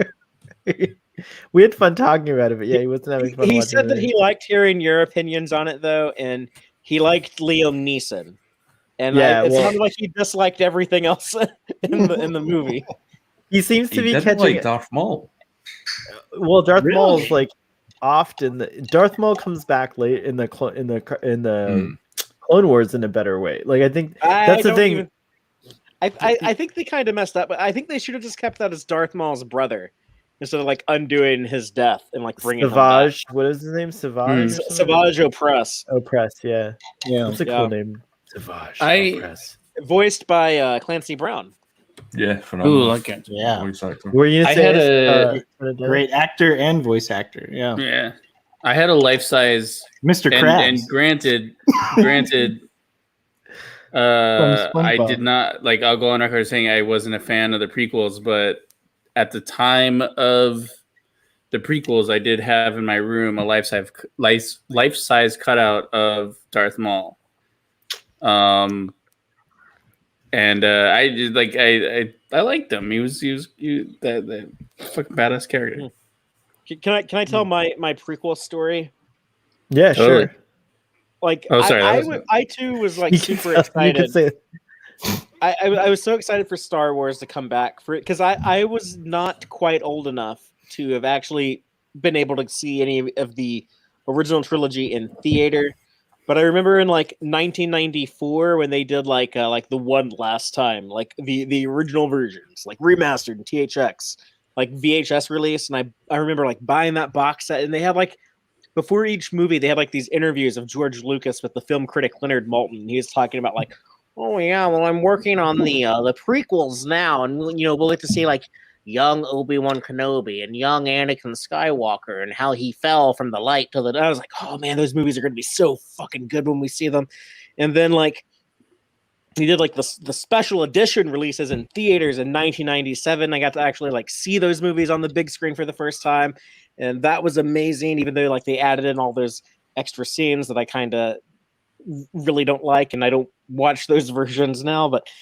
Then we didn't need the Jabba the Hutt scene. We didn't need any of that stuff they added. But we get to 1999 and they're finally like putting out like this new Star Wars movie. And I was so excited, like I was like buying some of like the toys at Walmart. I collected them. I was like, oh yeah, like here's like young Obi-Wan. Here's like this new Jedi, Qui-Gon Jinn. Here's like this guy Darth Maul and Darth Sidious. And it was like really exciting. And I saw the movie, and like right off the bat, I was like, "That was really, really weird, and not what I was expecting."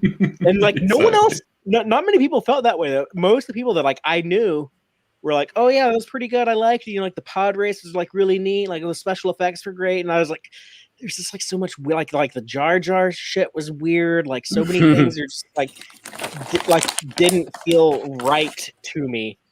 There's a lot of weird. I didn't. There's a lot of weird choices. I think that Yeah. it was funny.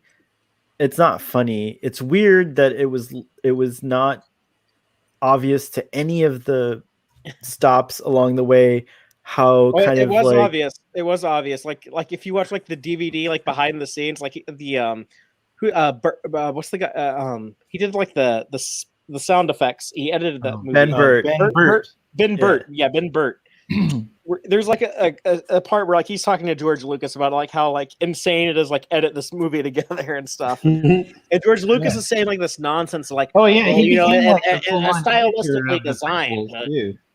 Yeah, he's like it's stylistically designed to be like so bombastic that it's you know in certain parts, but there's ways we can go about it to minimize that effect. But that's actually like the intent, but we can reduce it. And it's like what the fuck are you even talking about? But I didn't lose hope. I was just like, okay, like that one was weird. I was reading like all these interviews and stuff, and like following like George Lucas was saying. He's like, okay, like the first movie is a kids movie.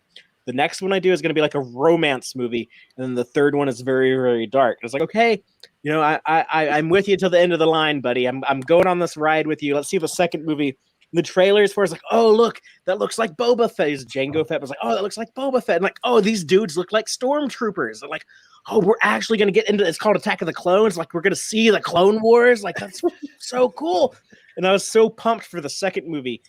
And I fucking hated the second. I came out of that theater. That's Geek and Review's favorite, by the way. Yeah, mad as hell. Out of all of them? No, Yeah. of the The prequels. prequels. Oh, okay. Out of the prequel. Okay, well, that was the one that I just liked the least. And then so I was like, you know what? I don't care anymore. I don't care about like the third movie. And then I saw like the trailer for the third movie.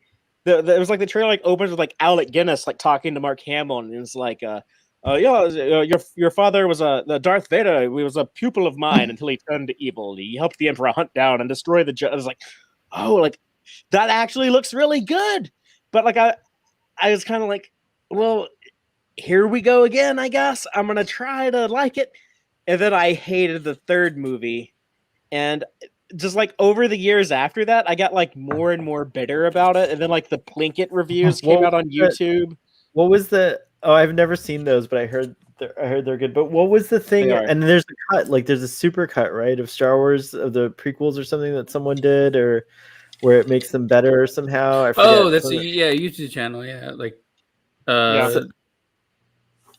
Anyways, the what was it about Revenge of the Sith that like so for you it's the order of the prequels would be your favorite is Phantom Menace?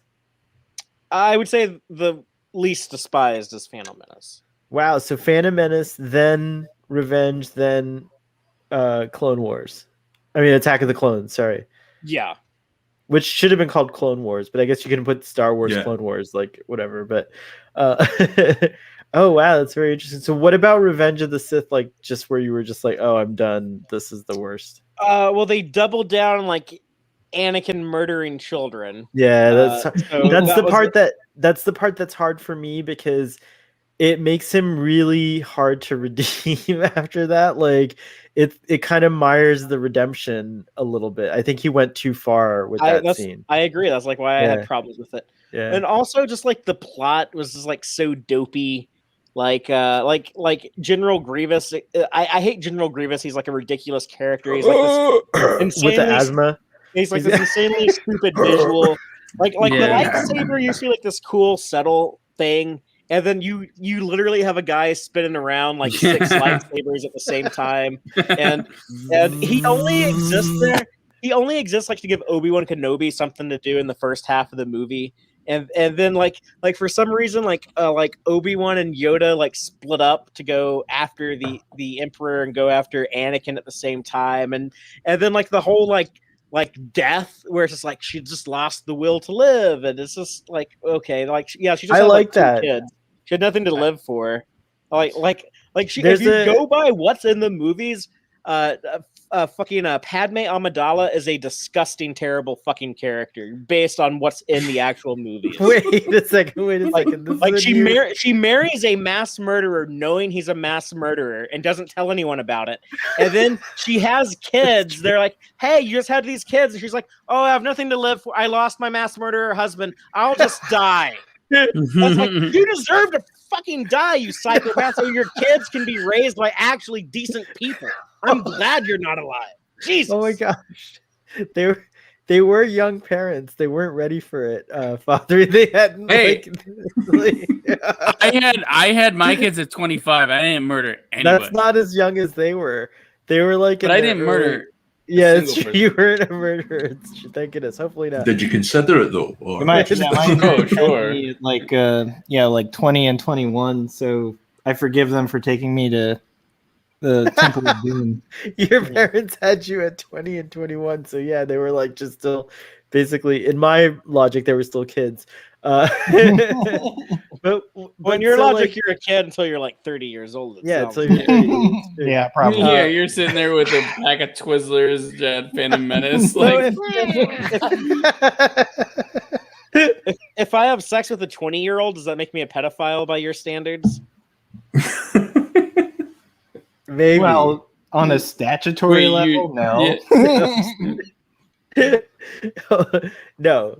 Yeah, that's weird. That's a weird question. I don't know the answer. I don't know the answer to that It's a very nuanced question. question. Yeah, it requires you watching this whole entire stream from the start. Oh, here we go. Look at this. We got a ton more comments. They just appeared on my right-hand bar here. Big Trouble in Little China and Game of Death were awesome for its time. Instant Bruce Lee fan. Did I read that one before? Yeah, you did. You Am I sure getting did. to that point where I'm Yeah, reading the 'cause ones we before? talked about John Carpenter for a squidge. I agree with Starfleet Boy about the prequel films. The sequel trilogy was a mess with two competing directors. Well, I mean, there were three directors total that made the original trilogy. So I have no problem with different directors directing. They didn't have it all mapped out then. Yeah, They did not. They were kind of making that up as they went along, and it's amazing how seamless it all blended together. I know some people don't like Return of the Jedi, and I kind of understand that now. But to me, growing up with all three of them, they always felt like Yeah. the perfect saga with a beginning, middle, and end. Yeah, they always felt like that they were of one. Yeah, And I think they could have recreated that with the sequels. But I think the to me, original they- plan was for Rian Johnson to direct both of the final no. films. Oh no, the my third bad. one was supposed to be directed by Colin Trevorrow originally. You're right, Colin and Trevorrow. if you go and read what that original script was going to be, I still have like some issues with it, but in my opinion, it was a lot better than what we got. The only one of those movies I don't like is The Rise of Skywalker. Yeah, I know that's like the Fast and the divisive. Furious. Like, I mean, and I actually really like The Last Jedi. I know like that's divisive to say that, but I utterly love The Last Jedi. I have like, a tough time not I'm with liking you on that, Father E. That's Yeah. my favorite.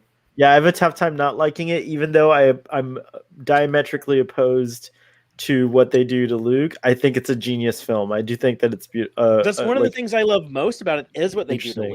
Luke. Yeah, absolutely. Because they needed Luke at the end of that movie to do something like more badass than anyone had ever done with the Force. Yeah. And if they had him like flipping around like a cartoon CGI character cutting down 80s, that would have sucked. I'm sorry. Remember when cartoon Christopher Lee fought cartoon Yoda in Attack of the Yeah, Clones?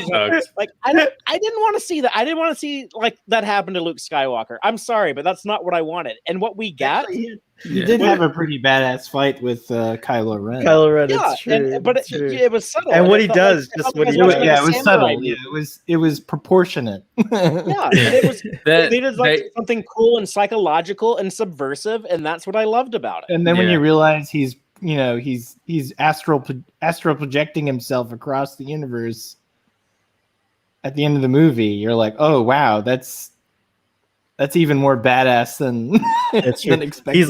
He's like, do or do not, Yoda. What? And, people don't realize that The Force Awakens set up Luke to be like, oh yeah, this guy was depressed that Kylo Ren turned evil, killed all of his students, and he went His he nephew, went out into not just seclusion. Kylo Ren. That's It's his from The nephew. Force Awakens. That's not from Rian Johnson. That's not from The Last Jedi. Like that's something like J.J. Abrams did and Kasdan did in The Force Awakens. So to go in, I don't know who was going into The Last Jedi like not expecting that. Yeah. This guy right here. What were you gonna say, Geek and Review? I was going to say, if you introduced Luke the way that the fans had wanted, he would have been too overpowered. There would have been nowhere to take the character. You had to take him down to bring him back up. Yeah.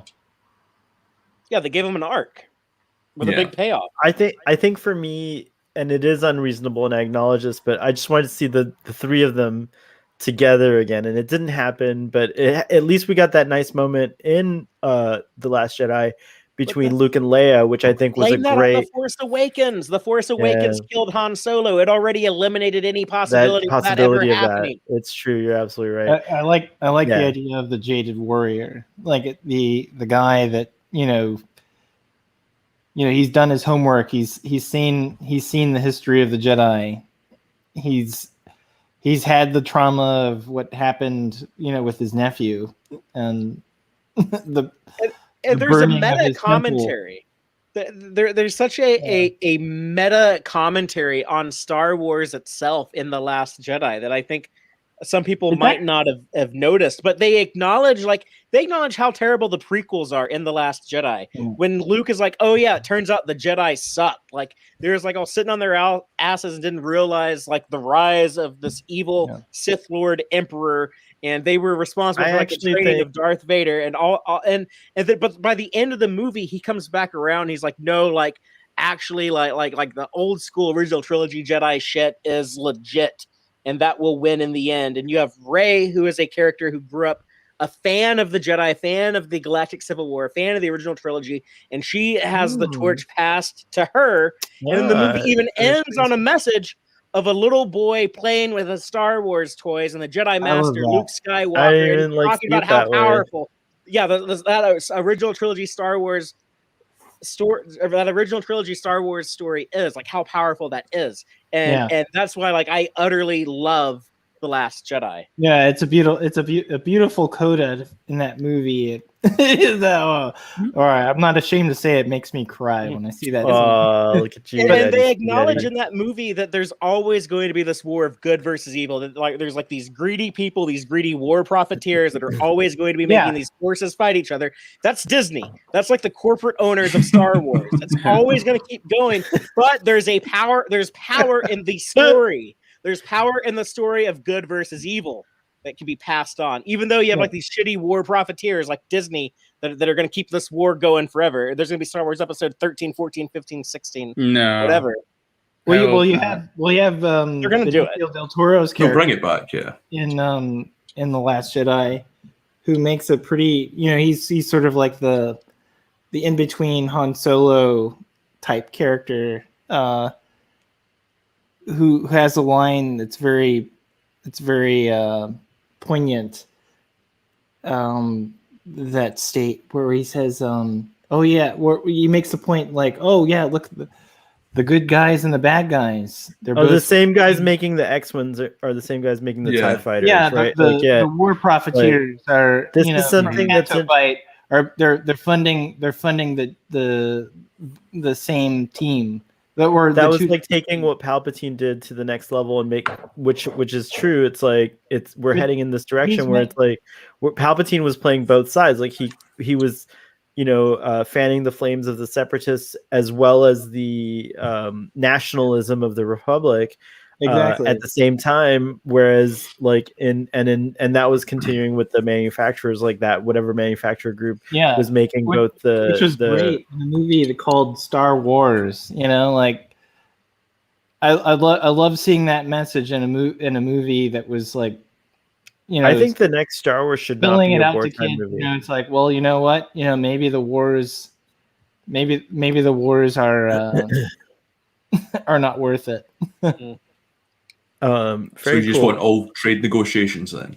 Let's go back to trade negotiations. No one in Star Wars ever seems to stay dead. What with the Jedi Force Ghost, Darth Maul, Palpatine, Boba Fett, and whatever the hell happened with Han Solo in The Rise of Skywalker. Yeah, it kind of bugs me as much as they like bring characters back to life. I was very disappointed with the inclusion of Emperor Palpatine in the Rise of Skywalker. I gotta go get a refill. So, Son of Dennis, it's his birthday, so he's in charge. So back to make it show, all of you guys. And I guess I'm gonna have to say that it sounds like the consensus may be correct in this debate. So the sequels win. Sequels win. So come up with the next topic, audience for these guys. Oh, you have to go. Geek and Review. I know it's like 6 in the morning. Yeah. Yo, thanks for any comments, thoughts, and give some promote some stuff so that the audience can go tune in. Yeah. And subscribe to your channel. Go and check out my YouTube channel, The Geek and Review. I'm posting more stuff more often. And again, thanks for having me on, guys. It's a pleasure as always. We've been wanting to have you on for a long time, so I'm glad you finally did this impromptu. It was very good to meet you finally. Yeah, looking forward to have a good more, one, guys. Enjoy your more weekend. hangouts. Cheers. We'll try to go on earlier for you sometime. Yeah. All right. Enjoy. See ya. Take care, buddy. All right, so give these guys the next topic. Are we taking it like it can go any direction? Any direction. Like, we're done with the sequel versus prequel debate. It's finished. One more thing on the Star Wars thing is I'll be listening. Can we all agree that the original trilogy is the best though? Yes. Like the source material? Yes. I don't think there's a soul on this earth that will disagree with that. There are, but they're wrong. Yeah, some of the youngsters don't like. So I've heard some people tell me that like those movies seem like they're too old. Like I can't get into them; they're too old. I don't watch movies that came out before 1998. My nephew's like that. I'll tell you what. Like he we watched, but then I show him stuff. Like I'll show him like, he's like, oh, I like horror, but like when he first moved in with us, he was like, he thought like Saw, was like he watched a classic horror movie. Yeah. And then I showed him Hellraiser and like movies like that, and he was like, "Oh my god! Like these old movies are pretty twisted. Like they're pretty crazy." Nice. And then I was like, "Yeah, like." So it is interesting. I think it's Hellraiser is such a unique movie too. Like it's unlike anything else, isn't it? It's kind of its own neat little territory carved out. Uh, I love Hellraiser so much. I just watched it for the first time. Are you serious? Yeah, like I had seen maybe the second, which is the one that tells like Pinhead's origin story, where he was the soldier. Okay, so I saw the second one when I was a kid, and I thought it was the first one, but then no, the first one's it was streaming somewhere. I think it was on HBO or somewhere, and I watched the first one during Halloween when I was watching scary movies to get in like the Halloween mood. And I was like, "Oh, I've never seen this before." And Garrick is in this movie, and that's really weird. Yes, and he's the father. Yes, and he plays. Well, I don't want to spoil it for anyone who hasn't seen it, but he kind of plays another character also by the end of the movie. Yeah, I was such a big Hellraiser head. I had the trading cards. I had all the Series 1 figures. I had Clive Barker loved that merchandising. Like used to be a lot of tie-in material stuff. Yeah. There were comic books. There were Hellraiser comic books. Yeah, I have a sign for a brief moment in time, Kevin of 9 and I owned a comic book shop, and the guy who did our logo was the guy who did one of the covers for the Hellraiser comics, and I have a Hellraiser comic signed by him. I did not know that y'all were in the comic retail. Yeah, we not anymore, cool. but we did our damnedest to. We have a lot of we have like a warehouse of comics, not really a warehouse, but like of unsold stuff because we couldn't compete with Amazon and everything. But we got when did that happen? It was about 2015 ish. We have a ton of stuff, but But yeah, we tried to open a comic book shop. Didn't work out. We're at what part of the And country we were are trying to in? do it in Brooklyn, and the overhead was too much. Yeah. It's probably a hard area to break into. Yeah. How far away is Brooklyn from like where like Midtown Comics Midtown, is? yeah. So Midtown had 2 locations in Manhattan, one in Lower Manhattan and one in like literal Midtown, which is why they called it. The biggest thing would, I mean, like, and then there was a what was it called? The biggest competition to Midtown was Forbidden Planet, which is another amazing comic book store. Yeah, they're the UK base. I've been to their Cardiff location. Oh, nice. Yeah. So there was nothing in Brooklyn, so we were trying to create the next like Midtown or Forbidden Planet in Brooklyn, because everybody in Brooklyn was going to Manhattan to get their comics. So we were like, oh, let's do that in Brooklyn, and it just didn't work out. But we were trying to like it's going to happen soon. Probably there's going to be a huge Brooklyn comic book store that's the next Midtown. And like I want to do that. I want to go into comic book retail, but I have a little bit of a. Where her phone is. Sorry. Oh wait, no. Oh, you're good. Sorry, go ahead. No, well, Yeah. So what I want to do is I want to have like a bar / comic book store. That's what we were trying to do, and we were trying to do Really? like we wanted to have like local craft beer, comic book, and then we were gonna open we were gonna do classes. We teamed up with like a bunch of like illustrators and writers of comic books to like teach classes in our store. To like, we wanted to be like an education hub too, and like I think in Austin, like you in Austin, that would blow up huge, because like that's a place that's like very progressive and cool and has a lot of artists, but like isn't as expensive as like Brooklyn. Like, Yeah, I mean, like, it's getting pricey, but yeah, I'm sure it's nowhere close to Yeah. fucking New York type pricing. In New York. But yeah, I'd be curious to like pick your brain about some of that stuff. Like, yeah, I don't can know send you our something that- business plan. We still have a business plan if you ever wanted to just plug and play, if you needed to get a loan. Because the one thing the banks told us was our business plan was impeccable. Really? Yeah. So if you do want to open a comic book shop and you want to just recreate our business plan, like the banks loved our business plan. It was like They just gave you the loan because they knew you were the Falcon and the Winter Soldier. And then I feel like someone actually, it was actually the building that I thought about like trying to lease to do this.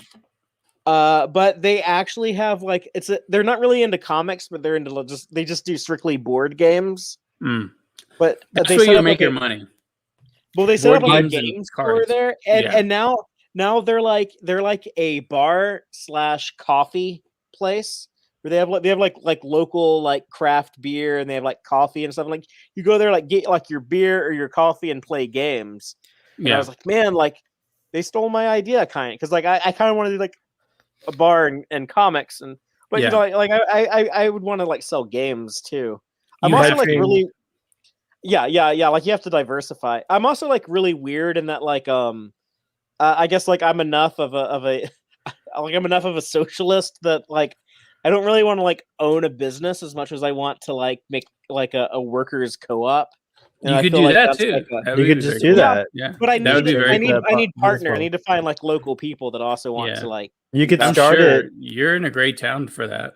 yeah like and I know people who I'm like Dave, my Text Trek co-host. He actually manages a comic shop, but it's outside of Austin. It's like a little suburb called Round Rock. Like I wouldn't be like competing with his neck of the woods, but like I know enough comic retail people that I would be able to like, you know, probably like get some help Yeah. if I needed it. Yeah. But I'll tell you this. You can't just do... So you have to look at overhead. And literally the worst overhead is comics.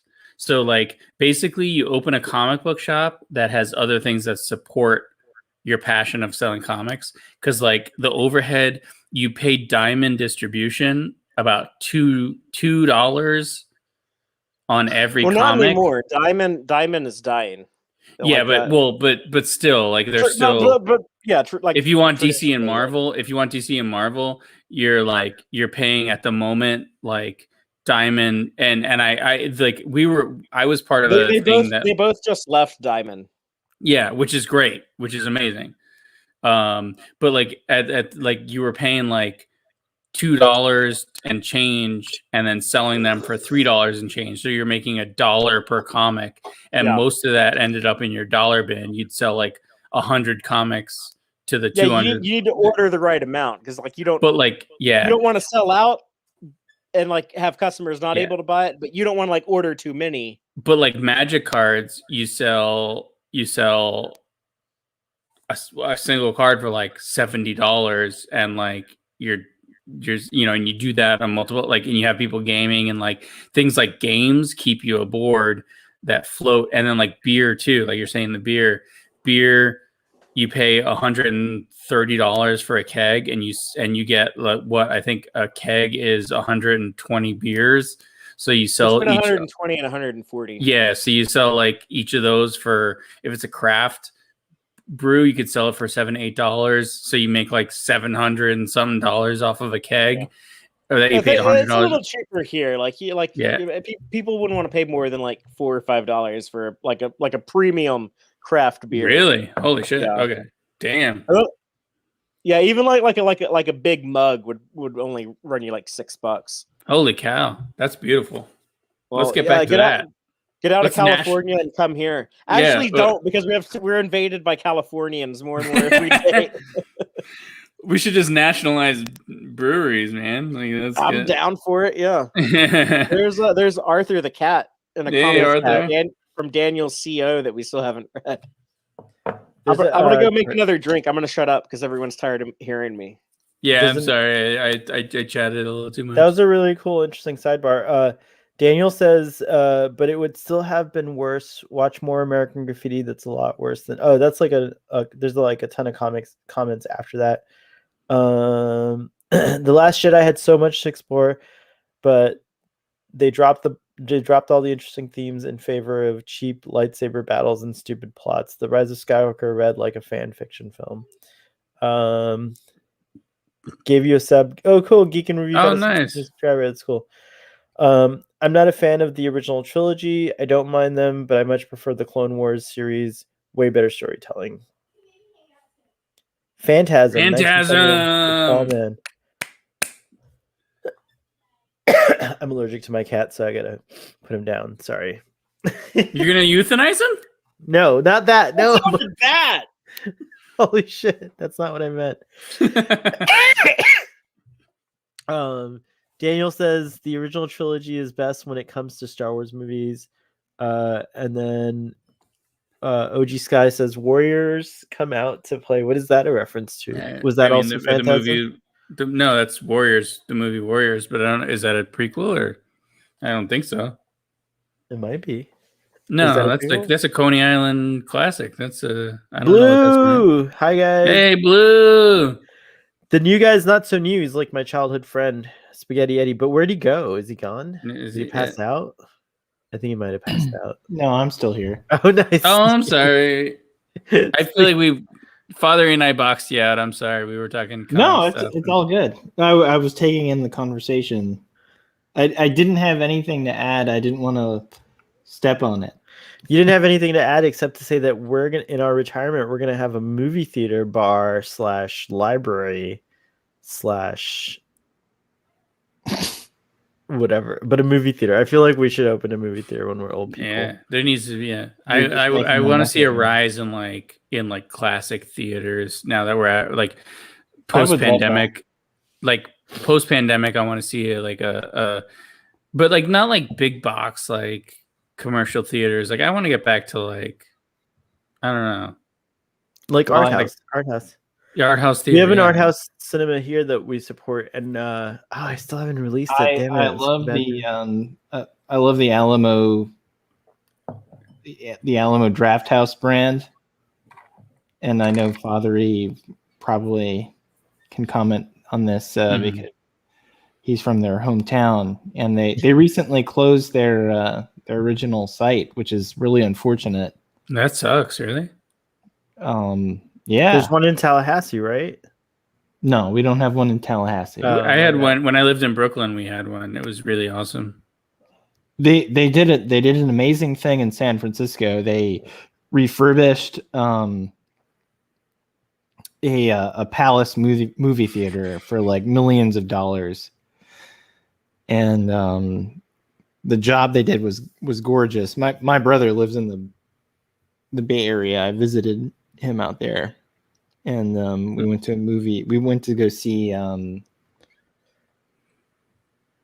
Oh damn! What is the name of the movie now? Oh well, it's escaping me. Anyway, that's not important. But I love that theater chain. Yeah, they're fun.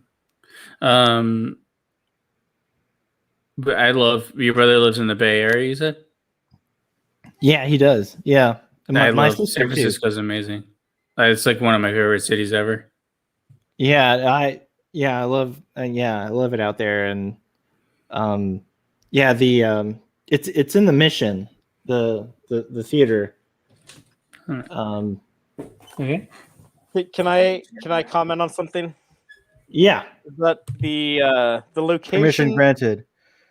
The location that the draft house closed is not technically their original location. That's like their second location. Oh, it's like Starbucks. It's from back when there was just like one Alamo draft house, but they were originally at 4th in Colorado, and then they moved to the Ritz on 6th Street, which is a super old. The Ritz is the one that closed. Yeah, that's what happened to Starbucks. They started out somewhere down the street from where their first Starbucks location actually hopefully the Ritz opens up as something other than the draft house, because that historically is a very old theater. It's like it was a music venue that was like a hopping joint in like the 70s. I think it was for a little bit in the 80s. It was like a porno theater, and then it eventually became like the draft house. But it was like one of the very first movie theaters in Austin.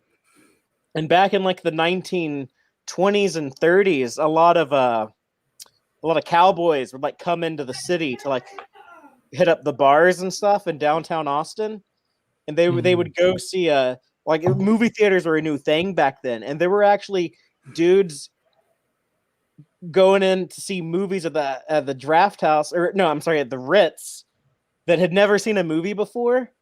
And when they saw like people's giant faces on the screen, they would freak out and pull out their guns and shoot at the screen. And there are like behind like the screens, there are like bullet holes in the walls. Shut up! That's amazing. Yeah, like these cowboys went in there in like the 20s and 30s and were like shooting at the screen. People in Florida still do that shit. Well, my idea, says Daniel, is to have a record store comic book shop in the southwestern suburbs of Chicago. Hell yeah, you do that, baby. Yeah. Yeah, we'll come visit it. Me and Sohel are gonna be in Chicago in a we year. are Mission Chicago. Mission! Star Trek Mission. Yo, Daniel, Dennis, are you going to the Are you gonna go to the thing? There. Are you gonna go to the Star Trek Mission? If we all go, if the three of us are there, we could do a Starfleet. Well, we could do it anyways, but we could do a Starfleet Boy After Dark from Mission Chicago. It would be pretty awesome. I just assumed we would do that anyway. Yeah, we should just do a text track, all the things. Yeah, we'll do a text track, and then we'll do so like we'll do like a tech, like we'll go at in like the bar actually getting drunk. We'll just and then hammered. we'll be in the headspace for After Dark, and then it's true. Like who knows might show up. Like we might see someone we know from online, or like we might run into like a Star Trek actor or Connor Trenier. I like at Star Trek Las Vegas. I met Rod Roddenberry hanging out at the bar. He seems cool. Yeah, he was really cool. He like shook my hand. And he's like, "What's your name?" I'm like, "Stephen Father." He's like, "Oh, cool. I'm Rod." I was like, "Yeah, I know who you are." He's like, "Oh, yeah, of course."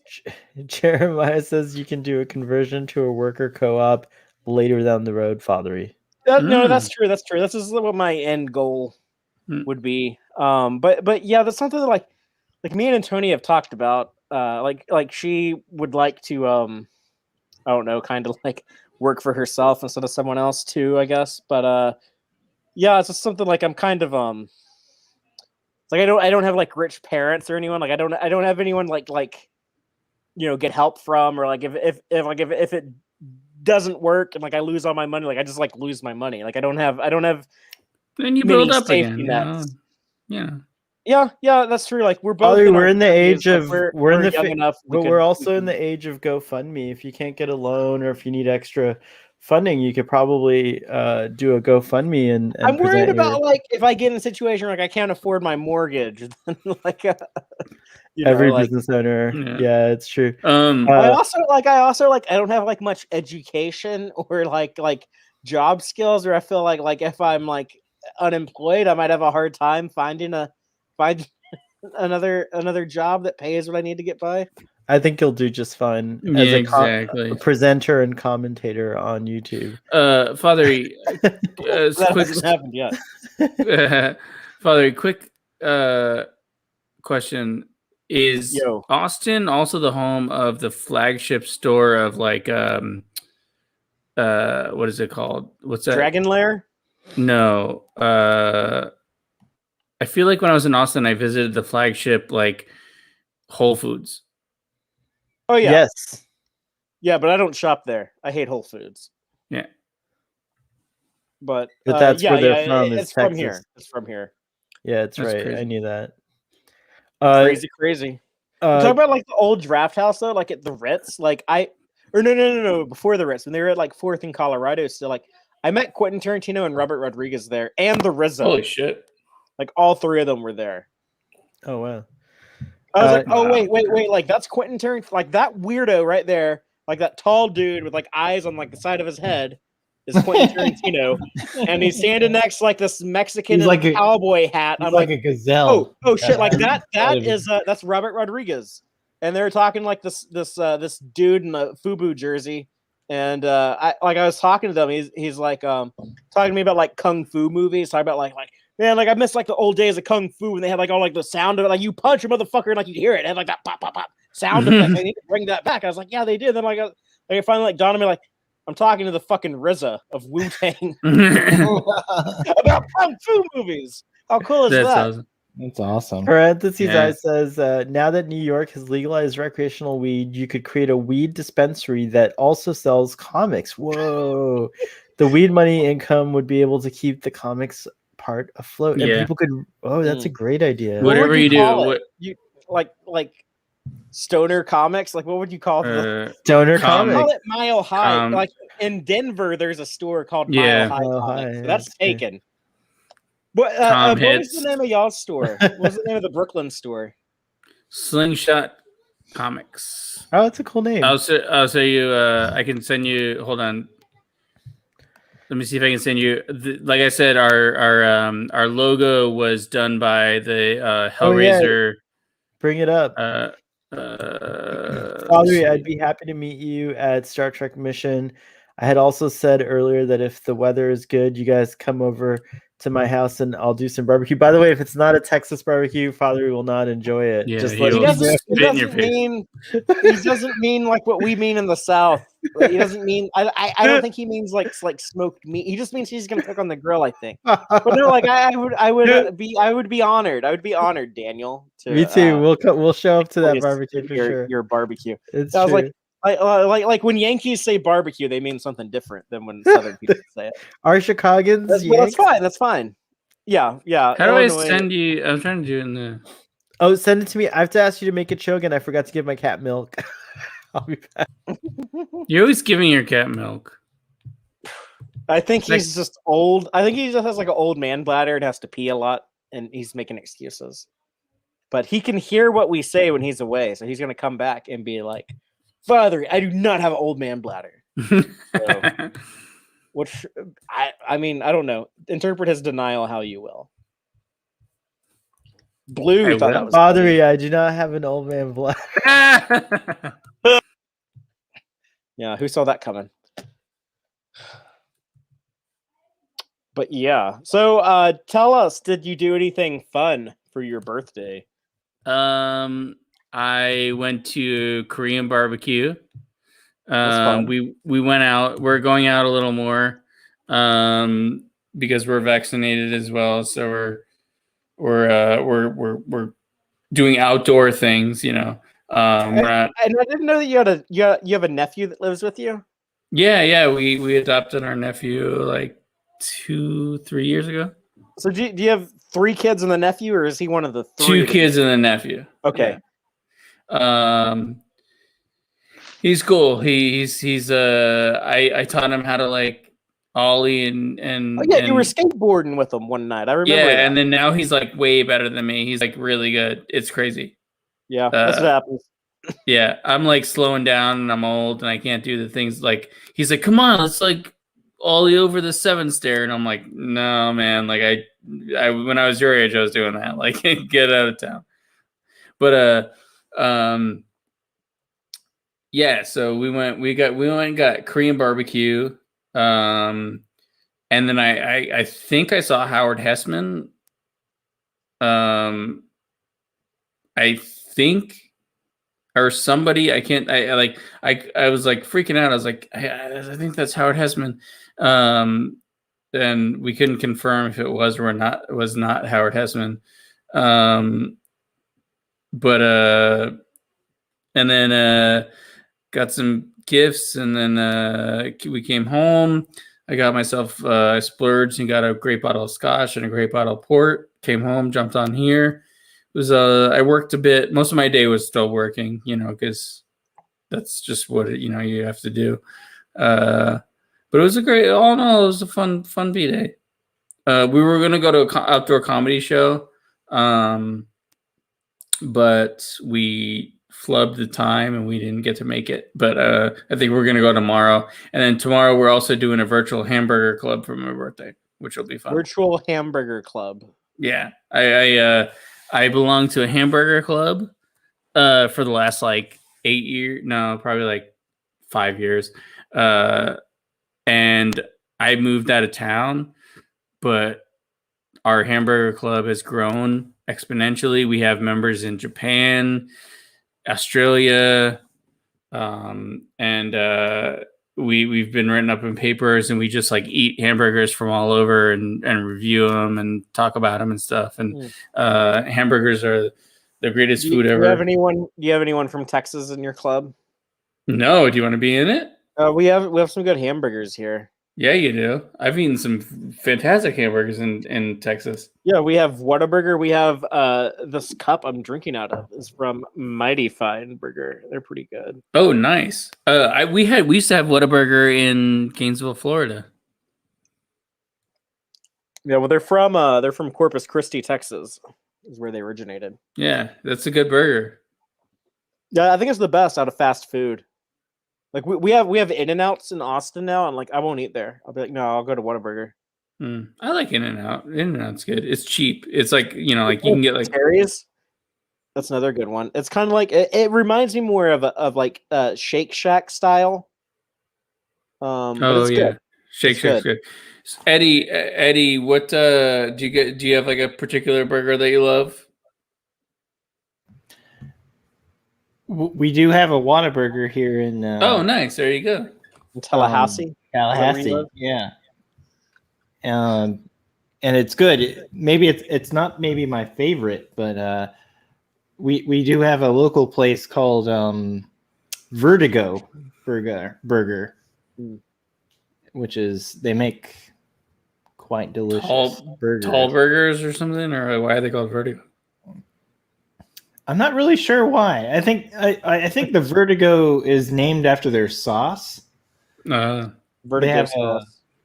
They have a one of my the best patented sauce, but I don't know how special it is.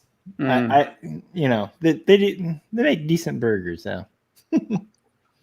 A callback to your Bay Area kin. My favorite burger I've ever had is a place in San Francisco called Super Duper Burger, which I think was it's in San Francisco. It's the best burger I've ever had. It's fantastic. I haven't been to Super Duper.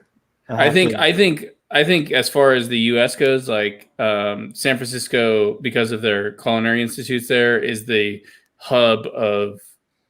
They don't like that place is the hub of culinary, like everything, like the best of everything as far as US goes. Like maybe not again, maybe not barbecue because I think that does belong to the South, but like everything else, like San Francisco is so they have the good. largest Chinatown in North America, so I think they probably have like really great Chinese food and probably like other good like Asian foods. Yeah, their seafood. They have swans.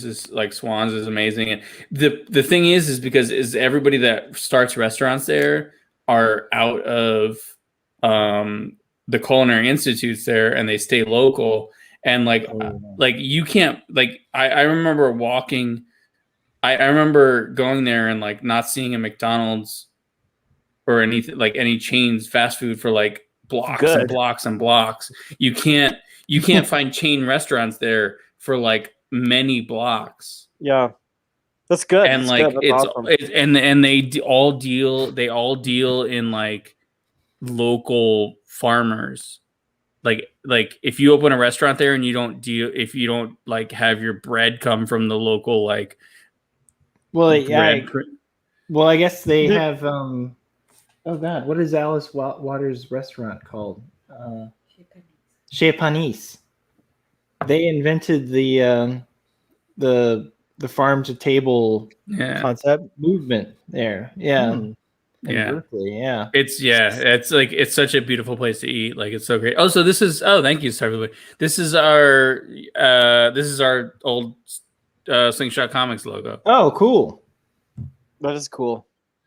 Who's the guy? His name is Connor Nolan. Oh, cool. The artist. Connor Nolan is the artist. He did the Hellraiser comics and some other stuff. He's amazing. I want to buy some of his prints. His art is fantastic. Cool. We got a ton more comments. Yeah. Let's see here. Father, I'd be happy to meet you. Oh, we already did this one. Sorry, guys. LOL. I'm not sure what that was for. I think that was something Father said. Happy birthday, son of Dennis. Yay! Happy birthday again. Every time someone says happy birthday, cheers. Cheers. Happy birthday. Thank you so much. I'm honored that you're. Is that the port or the whiskey? Oh, that's the port. We didn't go on time. Father was going to make an appearance on his birthday too, but we didn't go on time. We were very late that night, but that was a fun night too. No, we're too late. Sounds like he was ripping it up. He was ripping it up. He definitely was. Yeah, like, Transformers the movie, bro. The next day. That was the next day. I didn't realize how like sloppy I get on these streams sometimes until like I did it on one of my streams. I was like, Jesus Christ! Like, that was a different level. Tone it the fuck down, Father. That was a different level on your stream that day. I think I charged you. I'm gonna pee real quick. You said you cut. No worries. You said you cut out the part right that I came on because it like changed, it shifted or something. Yeah, like it was nuts. You brought in like the Starfleet boy after dark energy. I brought in the dark elf, the ether. I was doing a good job of like keeping it secret how much I had drank that day, and then I came on and I'm just like.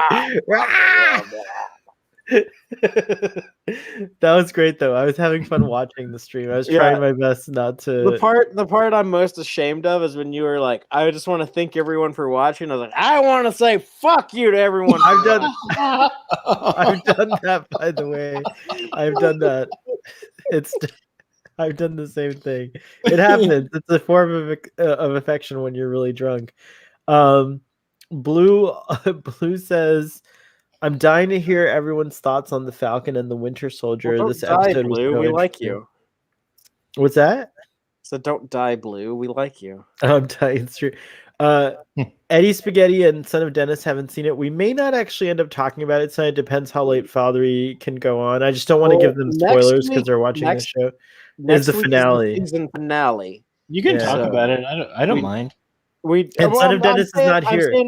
It's okay. Real quick, I just want to say this was a profound fucking episode. I was just like floored at how much like happened in this episode. It was ridiculous, and nothing happened. If you get my drift, like it wasn't like last week was the one that had like a big impact on me. Yeah, that was also very powerful. We didn't talk about it for 2 weeks. It's true. Yeah, it was. Yeah, I really love the show. But this episode, even John Walker, who I'm trying to hate, I can't hate him because that whole speech about like you created me, I was made for like the whole thing. That's what it's true. Like we created these killers and then we don't take care of them. What's that? I still hate him. Yeah, it's true. All right, all right. Son of Dennis is back. So Blue Spark, that was a little preview. What happened?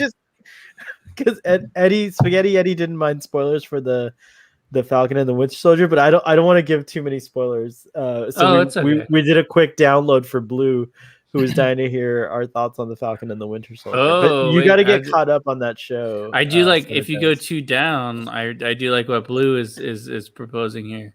Oh, okay. Real quick, fatherly note: I barbecue my meat for at least an hour. My wife would not like it if I just grilled it. Okay. Daniel, I'd be curious. I predict right now on camera, I'm going to capture Fathery going. I'm going to capture Fathery at least conceding that there might be close to equal to Texas barbecue outside of Texas. We'll see. We'll see what happens. I'm going to go to the man's house and insult his barbecue.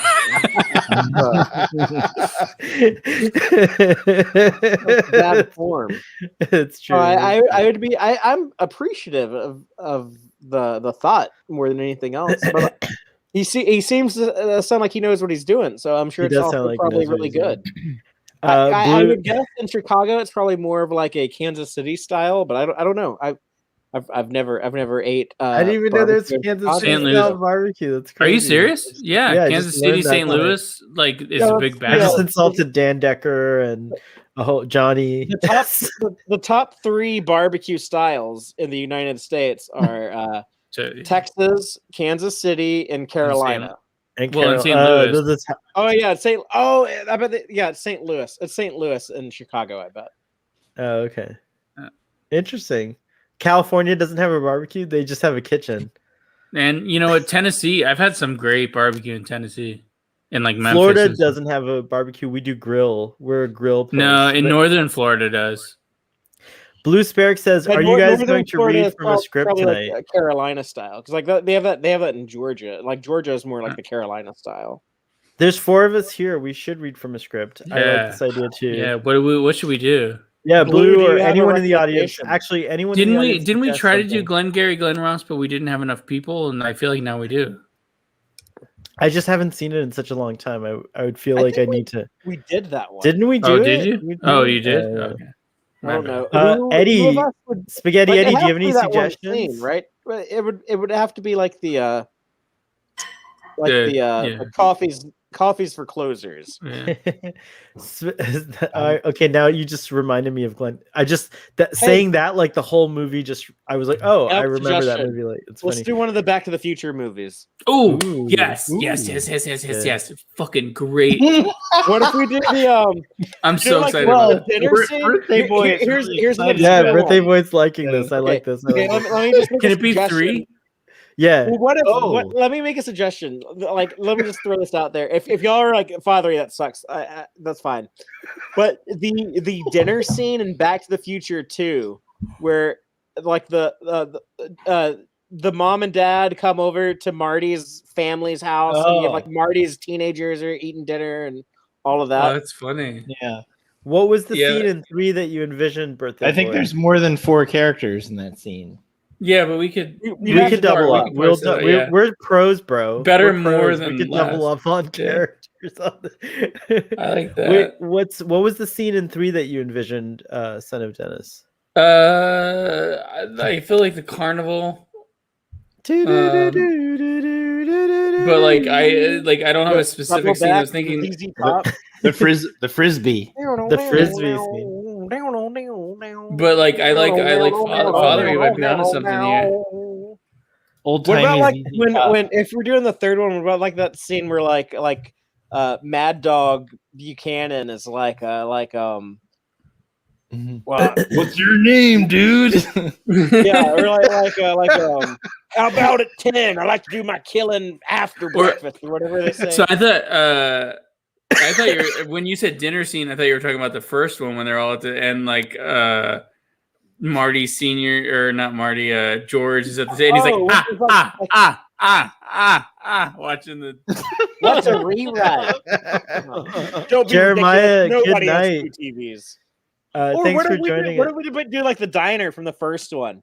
When the Is there street 4U on that though? or the janitor dude, is like, I'm gonna be mayor of this town one day. Yeah, Goldie, whatever his name is. Mayor Goldie Wilson. Yeah, Goldie Wilson. That's He's funny. like, you'll watch. I will be mayor. Let me see if these scripts are available first. Yeah, Let's find see. it. As a kid, I don't think I realized how racist that was. The dude is like, you'll never be mayor, and he's like, you watch. There's I so will much. be.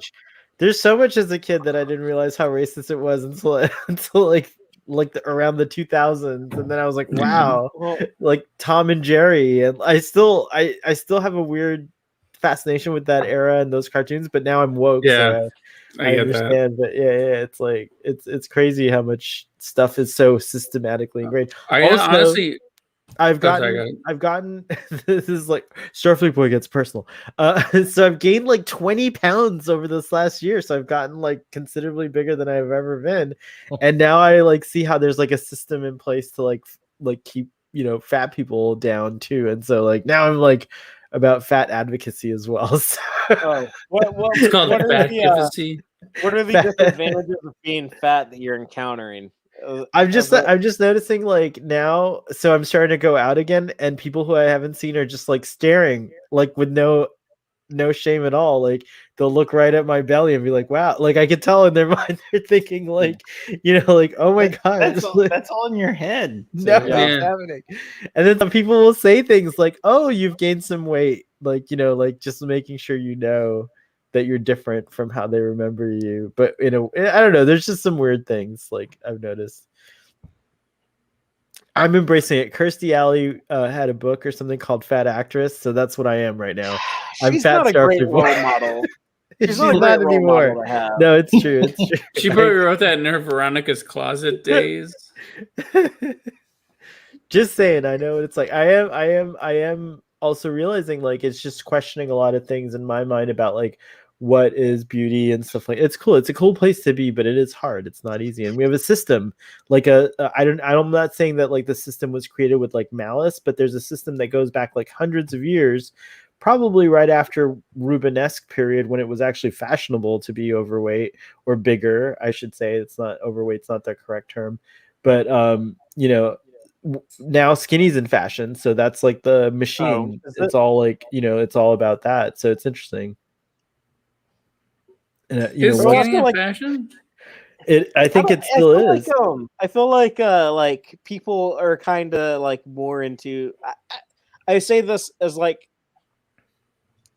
trying to think of like what to say to be like the most considerate. I'm glad you're thinking about it. Now you can just say whatever you're going to say. Politically incorrect.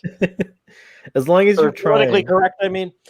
Go for it. I don't know. Like I feel like a few years ago, it became like more popular to like thicker girls than it was, say, like things are changing years ago.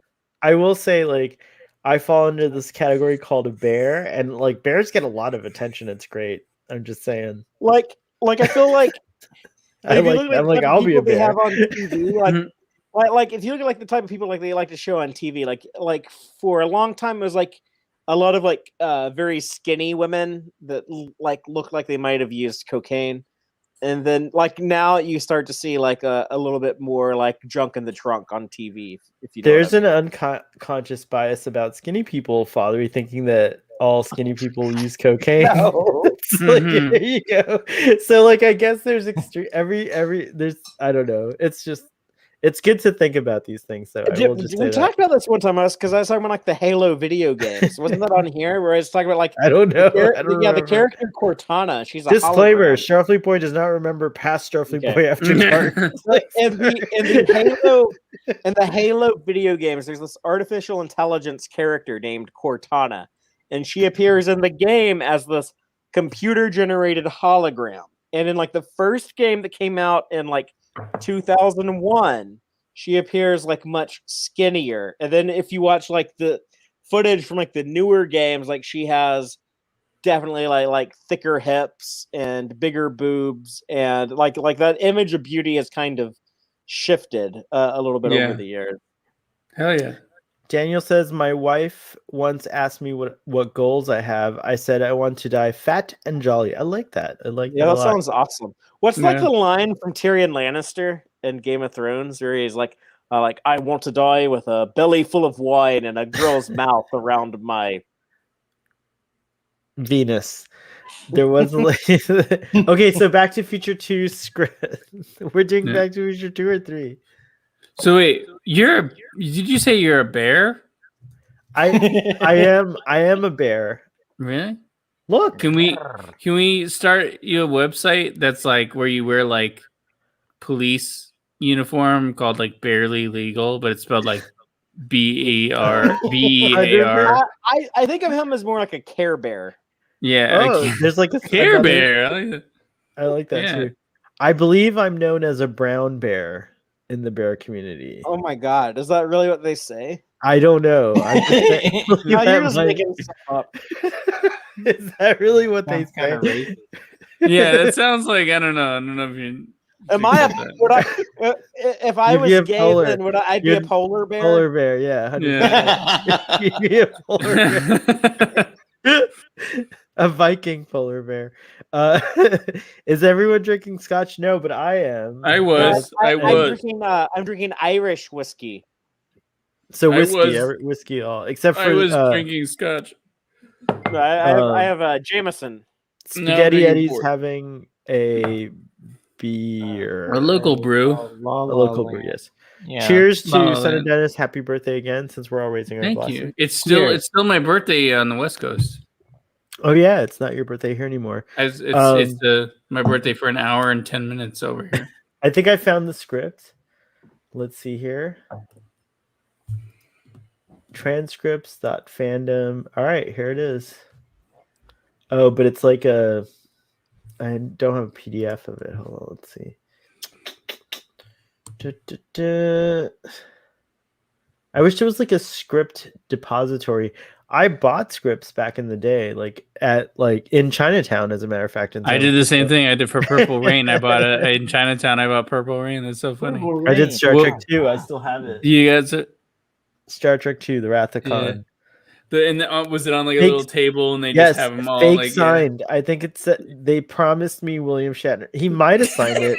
I don't. They promised me William Shatner signed it, but I don't believe. I couldn't believe. I was just like, "There's no way William Shatner signed a million scripts." You know what a dude told me one time? I was at like this like little town festival, and there's like these dudes like selling different shit, and there's like this one dude had like a tent set up. He was selling like t-shirts and hats and stuff, and he was like, "Hey son, like look at this cap I have." And it had like this, like it looked like the letter A with like a diagonal line coming out the side of it. He's like, "You see this here? This is like the new Nike logo, but they're not going to release this on most of their products for like another 4 or 5 months. I got like this advanced order, so if you pay $20 for this hat, you'll be the first person to have like the new Nike logo." Like this is back in like, I don't know, like 1994, like you know, like the Michael Jordan commercials. They used to call it 19 Nike for. Yeah, like Nike's was a big deal. Like I was like, "Oh, that sounds fucking awesome." So like I bought that hat. I'm still waiting for Nike to change their logo to that symbol. fucking 27 years later and shit. That still ain't happened. Guys, bad luck. There's no script that I can find. Are you serious? Unless one of you guys search for Back to the Future 2. I have all the Star Trek ones, but that's boring. We keep doing Star Trek every week. What's another? Like, let's try Back to the Future. PDF script? Let me see. I'm just doing different search words. PDF script, Back to the Future 2. Oh, maybe I found one. Hold on. Oh, yeah. What's that cool spray sound? I found one. Yes. Yeah. So the Pizza Hut scene, right? Old Lorraine puts a little 4-inch Pizza Hut box. So where do we start, Father? Send it in the. Can you send it in the? Yeah, I was sending the private chat. Private chat? Can we go? Can we go all the way to like when he's fired? Well, I don't know. Let me look at it. Yeah, I that's- think we that's a can great actually. moment. That You is a- are fired. So hell, With the- so with the hell, facts you and have to be the Japanese boss because Thank you. I'm not going I'm the to, closest to Asia here. Yeah, you're the closest that we have, and I'm not going to do like a Japanese accent on here. I won't be doing one either. in trouble. Just even I'm though not I gonna- think I could. I'm not gonna yell like McFry, even though I just did. Yeah. Here's the list of things I won't do. All right, let me put this. Here's a list of things I'm not gonna say. Let me put this in the chat. Hold on. All right, figuring this out at this hour is not easy. Oh, all right. Where is it? Where the hell is it? Oh, here it goes. All right, I'm entering the broadcast as my other self. Oh boy. It's so complicated. There's two of you. Yeah, that guy's called backstage. Whoa, I look really intense in that camera. Wow. Ooh, See, I've got this camera lit just Really perfectly, but intense the other camera's not. Let's see the other camera. You want to see it? Hold on. Wait, It's wait really for- intense. For one night only, double Starfleet boy. All right, Oh, here we here go. You guys ready for this? Activate the camera on it. Ah!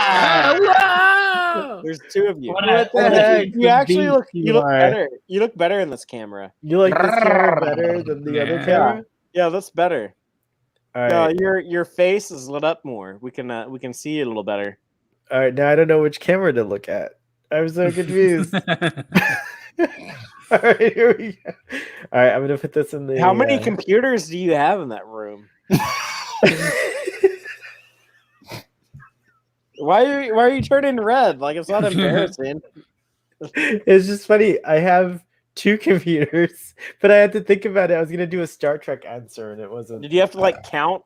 Like 1, 2, 2. Well, like technically, your phone's a computer, and technically, your iPad's a computer. So I Okay. feel like I have 4 computers. I don't know. So 2, possibly 4, if you count other shit. Yeah, Okay. Are you gonna send us the link in the private chat? it's happening right now. If you don't stop fucking distracting me. All right, hold on. Here we go. All right, got it. Okay. Oh, Let's check this shit out. Are you in the private chat? Or are you guys pulling up these Yeah, links here? I'm pulling it up right now. Yeah. I'm looking for Paradox. Pull it Come up. on up. Let's see. Where are we? What page are we starting from? I'm just realizing I'm I'm still full looking screen. at Here we page go. 53. Oh my God. So Hale, you're the director. You have to. I'm tell the us- director. Should I change personalities when I look at this camera? And then when I Yeah, yeah. look at this. Yeah, It's like, totally. hello, how are you doing today? Yes, I'm great. Oh my goodness. What? Oh, Okay. oh. Wait. Oh. Hold up. 53. 53? More not like page like 33 maybe. If you Oh, just I say- just pressed it. search for the word pizza, it's like the first occurrence of it. Okay. Oh, And F here. whoa. How do I? Oh, I don't see Okay, page so- number. Oh. Oh god, I'm old. Old Marty. I know this is interesting viewing for anyone watching, is when we're all like trying to like read the script. Oh, yeah. Okay. Okay, Page we should go 33. to Okay, we should stop. If you look at like the number of pages on the PDF, I think we should stop on page 34 at old Marty stares at his copy of the Facts in Disbelief. Oh, let me find that. And we should start at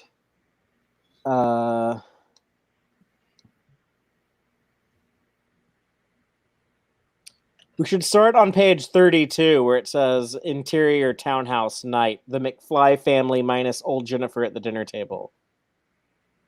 So we need old Oh, okay. I see that. Lorraine, old Marty, Marlene,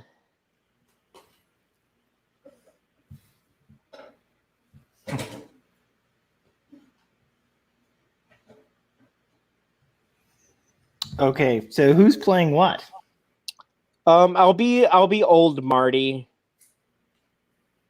but we need a old Lorene, a Marlene, a Needles, or should I be Needles? Should I be Needles or Marty? What do y'all think? Birthday boy, you're the casting director. Yeah, birthday boy, you do this. I'm just telling you up front, I am not going to play Mr. Fujitsu. I'm not gonna do that. So Hale is playing. That has to be so Hell. So Hale. And we need someone to be the narrator. But okay. So so we have. So Hale, do you want to be Fujitsu and the narrator? So Hale, are you there?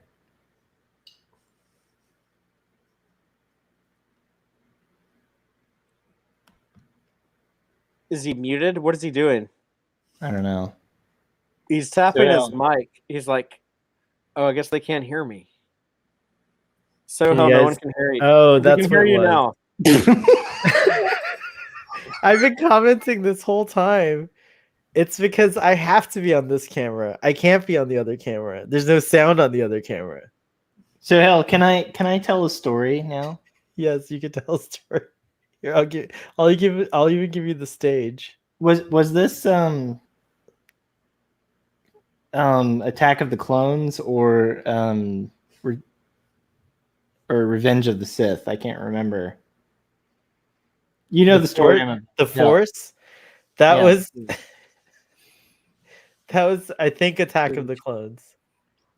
That was Attack of the Clones. This is a great story. I'm glad you're telling the story. So when we went to the theater for Attack of the Clones, we had bought our tickets in advance, of course. Mm-hmm. Staked out our seats and everything, and so Hale.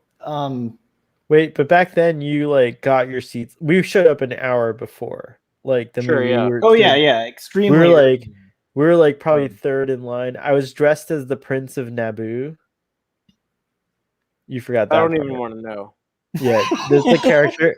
I made up a character called the Prince of Naboo because I was in love with Natalie Portman and Naboo and the whole Queen thing, and then they changed it to Senator, and I was pissed about that. But yeah, I was the Prince of Naboo. Anyways, go on. Yeah, so we were there in the theater, and I was holding our seats because everyone else was off going to the bathroom or getting concessions or whatever, and so Hale comes into the theater and he screams this primal scream, "The Force!" And nobody. Nobody responded. No one responded. It was so lame. It was just an empty kind of. Not even my best friend. Call into the void. Not even my best friend who witnessed it in the bleachers. But yeah, I thought everyone was gonna be like, the Force. No one did it. Yeah, we did have the Force. That sounds like a thing that people do. You should have said "May the Force be with you" or something. I know. Okay. Well, 6, 7. All right. So what you couldn't hear me saying was, yes, I would like to be Mr. Fujitsu. Yeah, you need to be okay. We have Marty Jr. I'll be Marty the narrator. Jr. only has one line, and he says it at the same time as Marlene, his sister. All right, but I think Evan, are you Marty? You're muted. Unmute yourself, Evan. No wonder. This audio production went to shit. Hello? No, can't hear you. You're still muted. I can't unmute. It won't let me unmute you. It's on the StreamYards. You have to just do mute and unmute on StreamYards. Hello? Oh, yeah. There you go. We can hear you. We can hear you. My mic was being weird. Who are you? Do I Are you sound Marty? okay if I don't Yeah, have a you're mic? fine. You sound great. Yeah. Okay. What do you switch Awesome. to? This is just my MacBook Computer? mic. Oh. What the hell am I paying Okay. for this thing for?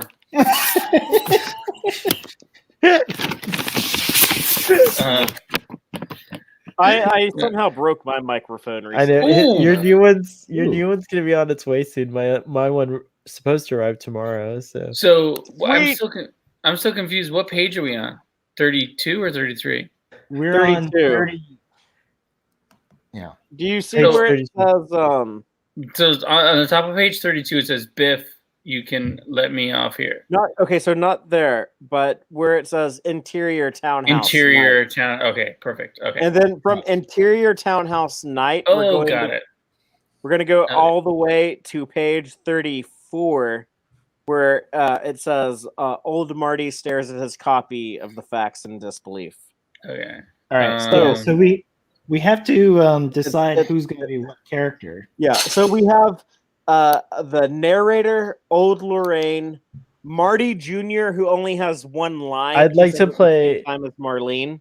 I'd like to play old Lorraine in addition to my other parts. Old Marty, Needles, should be and Evan. Fujitsu. Who's I think old Evan Marty? I think you should be. Oh, you're the birthday boy, so I think you should be old Marty. And you kind of Okay. have the black hair and the black beard. Well, he doesn't have a beard, but you know. And then you should be Needles 100%. Who should be Needles? You should, Fathery. Okay, can I do Needles and Marlene as Marty's daughter? Or yeah. And then who's doing? Eduardo's doing the narrator then, because I'm Mr. Fujitsu also. Or you should be. You could be Lorraine, old Lorraine, Eduardo. You want me to be old Lorraine? Okay. Yeah. So I'll be the narrator and Mr. Fujitsu. You're old Lorraine. Evan is old Marty.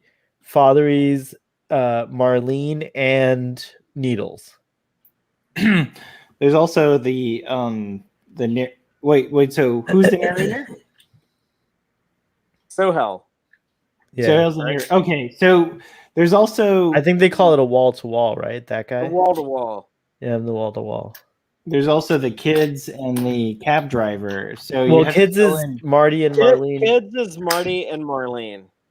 And so we could all, young Marty could just be. Oh, I love that he's at the guitar. You're at the guitar. Yes, that's amazing. So hello. We love that you brought the guitar. I'm playing old Marty. Who's old Lorraine? That's I'm old Lorraine. Spaghetti Eddie. Okay. Yeah. So and then Marty Jr. Who's Marty Jr.? You could be Marty Jr. as well. I can't because Marlene and Marty Jr. have to say something at the same I'll time. play Marty Jr. I'll play Marty Jr. Okay. That's what it is like kids. That's when both of us have to say whatever. Dad, telephone, it's Needles. I already got it. Old Marty. So old Marty is Evan. who? Evan. Okay. All right. And then I'm Needles. And I'm Mr. So yeah, that's everything. So does everyone know who all they are? Yes. I'm just old Marty, right? Okay. Yeah, you only have one part to do tonight because you're the birthday boy. So thank you. I appreciate that. Sohel is the narrator. Wall to wall. Old Marty is the. Okay, yeah. Sohel is the wall to wall, and Marty Jr. And Mr. Fujitsu. And Mr. Fujitsu. Eddie is old Lorraine. And is that all he's doing? Yeah. Okay, and then I am Needles and Marlene. That's right. And then is the cab driver in this section? I don't think so, is he? I didn't. Because did we go all the way to when he sees Jennifer? When Jennifer sees Jennifer? Yeah. Somebody has to do the cab driver and the kids. Well, the kids is Marlene and Marty Jr. So we got that covered. Okay. And maybe the cab driver is before. That's before we start. We start like after the cab driver. We started like interior townhouse night. Yeah, so we're good. So you're doing the wall to wall. All right, you ready, guys? Everyone ready? Okay. All right, Blue. I hope you're I hope you're still there listening in the audience. We still have a couple of people. All right, so all that prep. Here we go. Interior townhouse night. The McFly family, minus old Jennifer, is at the dinner table. Old Lorraine puts a little 4-inch Pizza Hut box into a hydrator and pushes a button. So I thought it would be nice if we threw a little party for him. The hydrator beeps. Lorraine opens it and pulls out a beautiful steaming 15-inch pizza. Mom, before we can plan a party for Uncle Joey, let's see if B makes parole. Jesus, sorry. I think it's supposed to be if he makes parole. Yeah, that can be confusing. Old It says Lorraine B, right? serves the pizza. Marty Jr. It's the best I could find. I'm so sorry. Old Lorraine serves the pizza. Marty Jr. and Marlene are both wearing video glasses. The glasses are opaque from the outside with LCD readouts showing what channel the viewer is watching. Junior's readout says ESPN channel 211D. It's a football game, and Junior reacts to it yelling fumble, and I can't believe it. Take him out of the game, etc. George, rotate your axis, please. It's not good for your digestion to eat while you're inverted. Old George, that's a really good Negus also, by the way. Old George pushes the control on his harness, which turns him right side up. Jennifer, who can see the family from the bathroom, goes through the second bathroom door into the den and creeps toward the French doors. Pass me a slice of kelp, please. No, I don't want to. So nump it up. So nump off. Marlene, don't talk to your father like that. Grandma, I'm on the phone, okay? Marlene's glasses display says telephone mode. Now old Marty's beeper goes off. Red lights also flash on the kid's glasses. Dad! Telephone! It's Needles! Old Marty checks his beeper, then gets up. I'll take it in the den. He pauses at a mirror and adjusts his ties, checks his hair, then goes into the den. Immediately, Jennifer has to go back into the bathroom. Interior, the den. Old Marty enters and pushes a remote controller. The 8-image display is reduced to a small corner of the screen as the image of Needles appears in the center at an office workstation. To the side of the computer readout with his vital and personal statistics. It's video telephone. Hey, the Big M. How's it hanging, McFly? Hey, Needles. Nice. Exterior at the DeLorean. Marty now back. Oh, we're still going. Yeah, sorry. Marty now back in 1985 clothes impatiently looks into the direction of Doc went. Should he take a closer look or not? Yeah, he quietly. I wonder if this is the real script or someone like made this up. He quietly follows, leaving the DeLorean unattended and out of his view. Immediately, Biff, clutching the silver bag, comes out of the DeLorean, sees that the coast is clear, and opens the driver's side door. Interior den. I forgot that all that happened in between this. That's funny. Old Marty continues his conversation with Needles while Jennifer watches from the bathroom. McFly, what are you afraid of? If this works, it'll solve all your financial problems. And if it doesn't, I could get fired. It's illegal. Needles, what if the JITS is monitoring? The JITS will never find out. Come on. Just stick your card in the slot and I'll handle it. Unless you want everyone in the division to think you're chicken.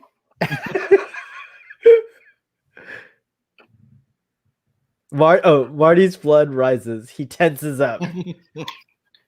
Nobody calls me chicken. All right. Prove it. Marty defiantly takes out a card with the barcodes and holds it up for Needles to see. Marty then inserts it in the slot next to the screen. Here, scan it. I'm in. We hear an electronic tone, then Marty withdraws the card. Thanks, McFly. See you at the plant tomorrow. The screen blanks as Marty turns to leave the room. There are some electronic tones and a new image breaks in the conversation. Mr. Fujitsu, a Japanese man in his early 30s. McFry!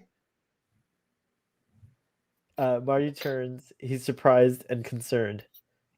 Mr. Fujitsu, sir, good evening, sir.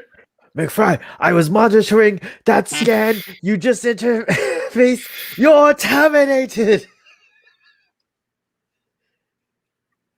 Sorry. You're terminated. Terminated?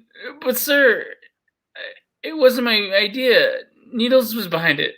And you cooperated. It was illegal, and you knew it. You're fired, McFry. Goodbye.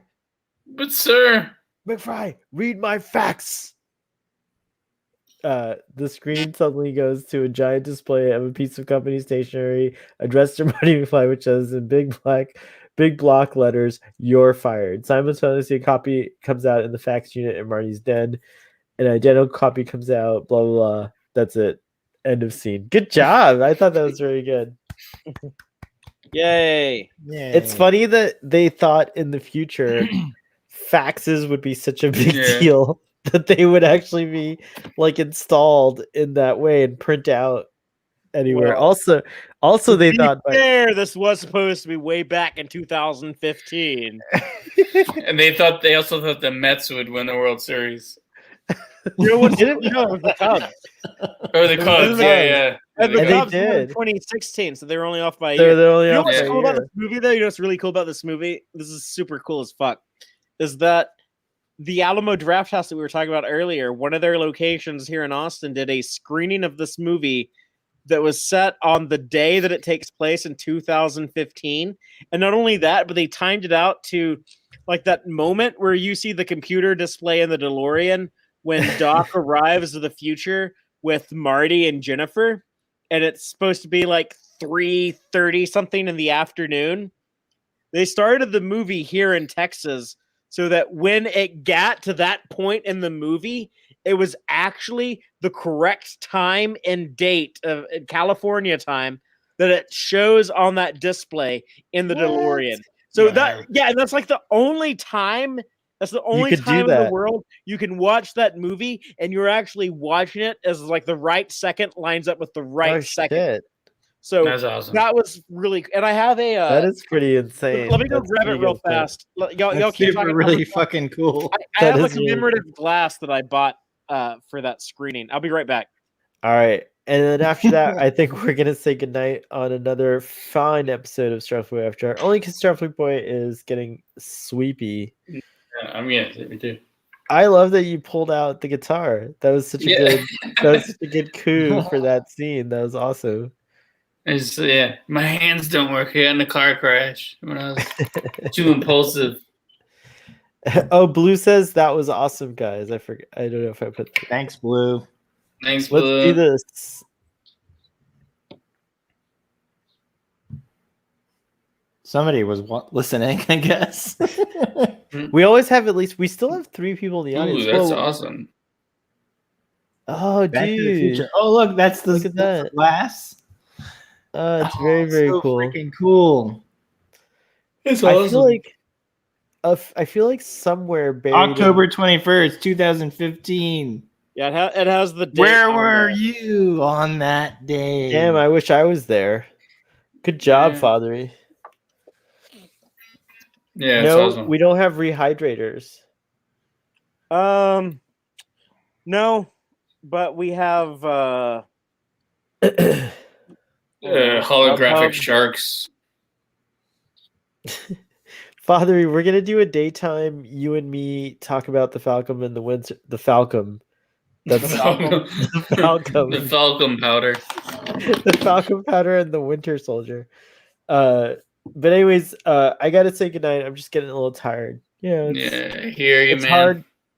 It's Fair hard enough. out here for a Starfleet It's boy. hard out here for a pimp. I mean, we'll have a little after hangout with these cats, but you guys don't get to see that. I apologize. But audience, thanks so much for joining us I'm tonight. assuming any of us want to hang out with you. Yes, that is assuming that. I know one When guy. are we gonna have Blue like pop on? Blue Blue's doesn't been- want to. We just found out Blue's a dude. No, Blue's a Blue, dude. did Okay. we? What did we do where we invited Blue and they were like, "No thanks, I respect my privacy" or something? I forget what it was Okay, like. I like that. Blue was just like, "No." I like that. I respect that. I love it. Okay, Yeah, perfect. sometimes I think I should have told you that. No, I'm just kidding. Ooh, dang. I respect your privacy. I respect your privacy. Everyone, go check out Text Track.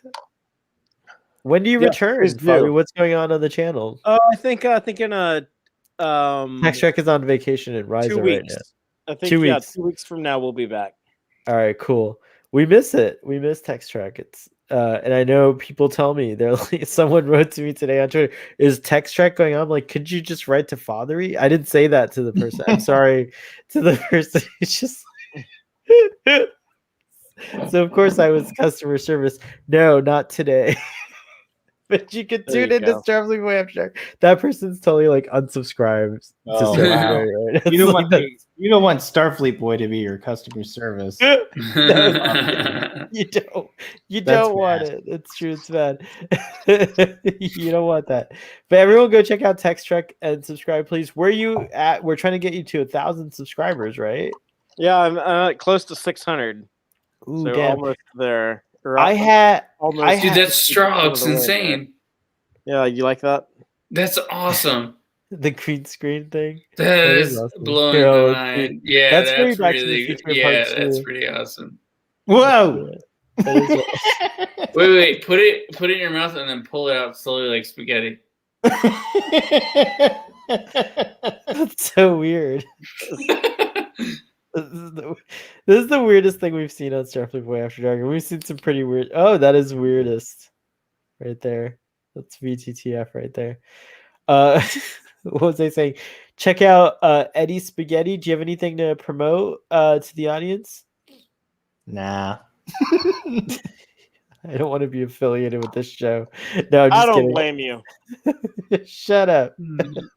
Son of Dennis, what have you got to promote? I know what you got to promote. There's a new episode coming out soon. Yeah, I apologize. I've been slow on editing. We should have what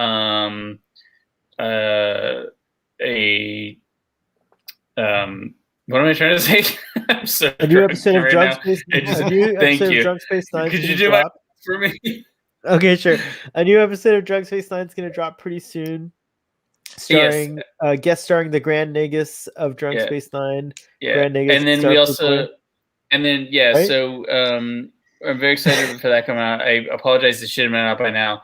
And then I have we have a next guest lined up for Drunk Space 9, which is the documentary Coded Bias. I don't know if anybody's seen that on Netflix. No, but it's on my list. I'm trying to. So one of the see it people here. involved in Coded Bias is going to be the next guest on Drunk Space 9. They're very excited. They're total like Drunk Space like obsessed, and they're going to plug their Coded Bias, and we're going to talk a little bit of Coded Bias and talk a lot of bit of Drunk Space 9. So that we're excited about that. That's really, really, really cool. And you got Asking Linda's. Is that still? Are you guys? It still is coming a out? thing. We're just hitting some technical difficulties with some stuff. The Lindas, yeah. Since we switched to Zencaster and did a new format, it's hard. But and then hopefully we're going to be doing a new recommend ship soon. That shit's hilarious to me. Which, by the way, the next recommend I have ship. an Aunt Linda. Does she qualify? Is she? Oh yeah, totally. I think I used her as a. I think I quoted Aunt Linda for something, but the next episode of Recommend Ship, by the way, is my recommend ship, and it's Akira Kurosawa's Dreams that we're all. Oh yeah, that's a really neat movie. I need to watch They that haven't again. seen it. Yeah. So that's the next recommend ship. Cool. Yeah, That's really I'm cool. excited. And the previous one that we just did was it's too bad Geek and Review's gone, but it was called Ratcatcher. It's a movie that takes place in Glasgow during this like really bad time when the garbage workers were on strike, and like it was just like a shitty time, literally. Yeah, that was Glasgow. a Klingon Katie recommend. So what is your snack for dreams recommendship? Because the premise of the show, if I may plug, if anybody doesn't know, is someone recommends, we go in order, and they recommend a movie that they've seen but none of the other hosts have seen, and a snack that is special. I've got it. California roll, perfect. Okay, so California roll. I know that's very like Japan. It's a Japanese movie. Like, what else does that have to do with soy sauce? Come on, it's just simple. No, I'll come up with a better snack. I don't have a snack yet. What is? I reject that. The snack's supposed to represent like the movie, right? No, it's supposed to, because like it's just like whatever you think is like special to you in that, like why the movie is special. Let me think about it. I'll have to maybe edible flowers, but that might be too weird to get. Yeah, Kevin lives in Jersey. They don't eat flowers there. He's a chef. He knows about edible flowers though. I know, but yeah, true. I don't know if people eat flowers. You can eat flowers. Lots of flowers. Maybe I actually had flowers today with my birthday cake. Oh, my birthday cake had edible flowers on it. Oh. Yes, picture. Is it like a drug thing, or is it just like a flower? No, it's just. Is it opium? It adds like a very like earthy floral note. Well, most people like when they say edibles, they mean like like which No. So when you said like edible flowers, is like, does it make you trip like mushrooms or something? No, they're just like they're non-toxic, because I think most flowers are toxic to some degree. Will at least give you nausea. Yeah, I ain't never ate a flower in my entire life. I didn't know that was something that you got to eat an edible flower. It's the best. It's like a nice little addition to a. Yeah, I'm gonna book a ticket to Chicago, and we're gonna meet up, and we're gonna eat flowers. Yes, for mission. And not get high, because they don't do that. No. Yeah, they don't. Yeah, they're just delicious. They're like super. You might get a stomach ache if you eat too many, though. It's mostly like salad. It is. It's like salad. 100% like salad. In fact, salad is just ugly edible flowers. Yeah, very, very exciting. It'll make for good podcasting. Indeed, it will. What was I going to say? What was our first snack on recommendship? Do you remember? Who was the first? It was mozzarella balls. Yeah. Oh, yeah. Was it you that did? Yeah, it was Chance Bananas with mozzarella balls. And then we had Fluffernutter, right? No, that was for Fluffernutter. Fluffernutter sandwiches was for your recommendation. Fuzz Bucket. Mine was Fuzz Bucket. What was for albino alligator? EL Fudges. EL Fudges. That's right. I failed on that one. I didn't go get them. Yeah. And then the last Katie's one was Katie's was saltines and steak sauce. Steak sauce, which is delicious. Also, you could do Worcester sauce, and it's really good too. I was surprised how good that was. All right, I'll come up with a better snack. You're right. A California roll is not a good snack. Yeah. I mean, but if it means something to you, then that's really TBA to be announced. Snack to be announced. But yeah, anyways, it's gonna be Akira Kurosawa's Dream. So check that movie out if you haven't seen it, and then listen to our recommendship when it comes out. Yeah, that shit. The recommend-ships are so fun. We just like that shit's so fun. I don't know. I recommend you recommendship. Yeah. We recommend recommendship. All right, thank you so much. Blue says that was awesome, guys. Thanks to the people who stuck around to the end. Live long and prosper. And we'll see you next time.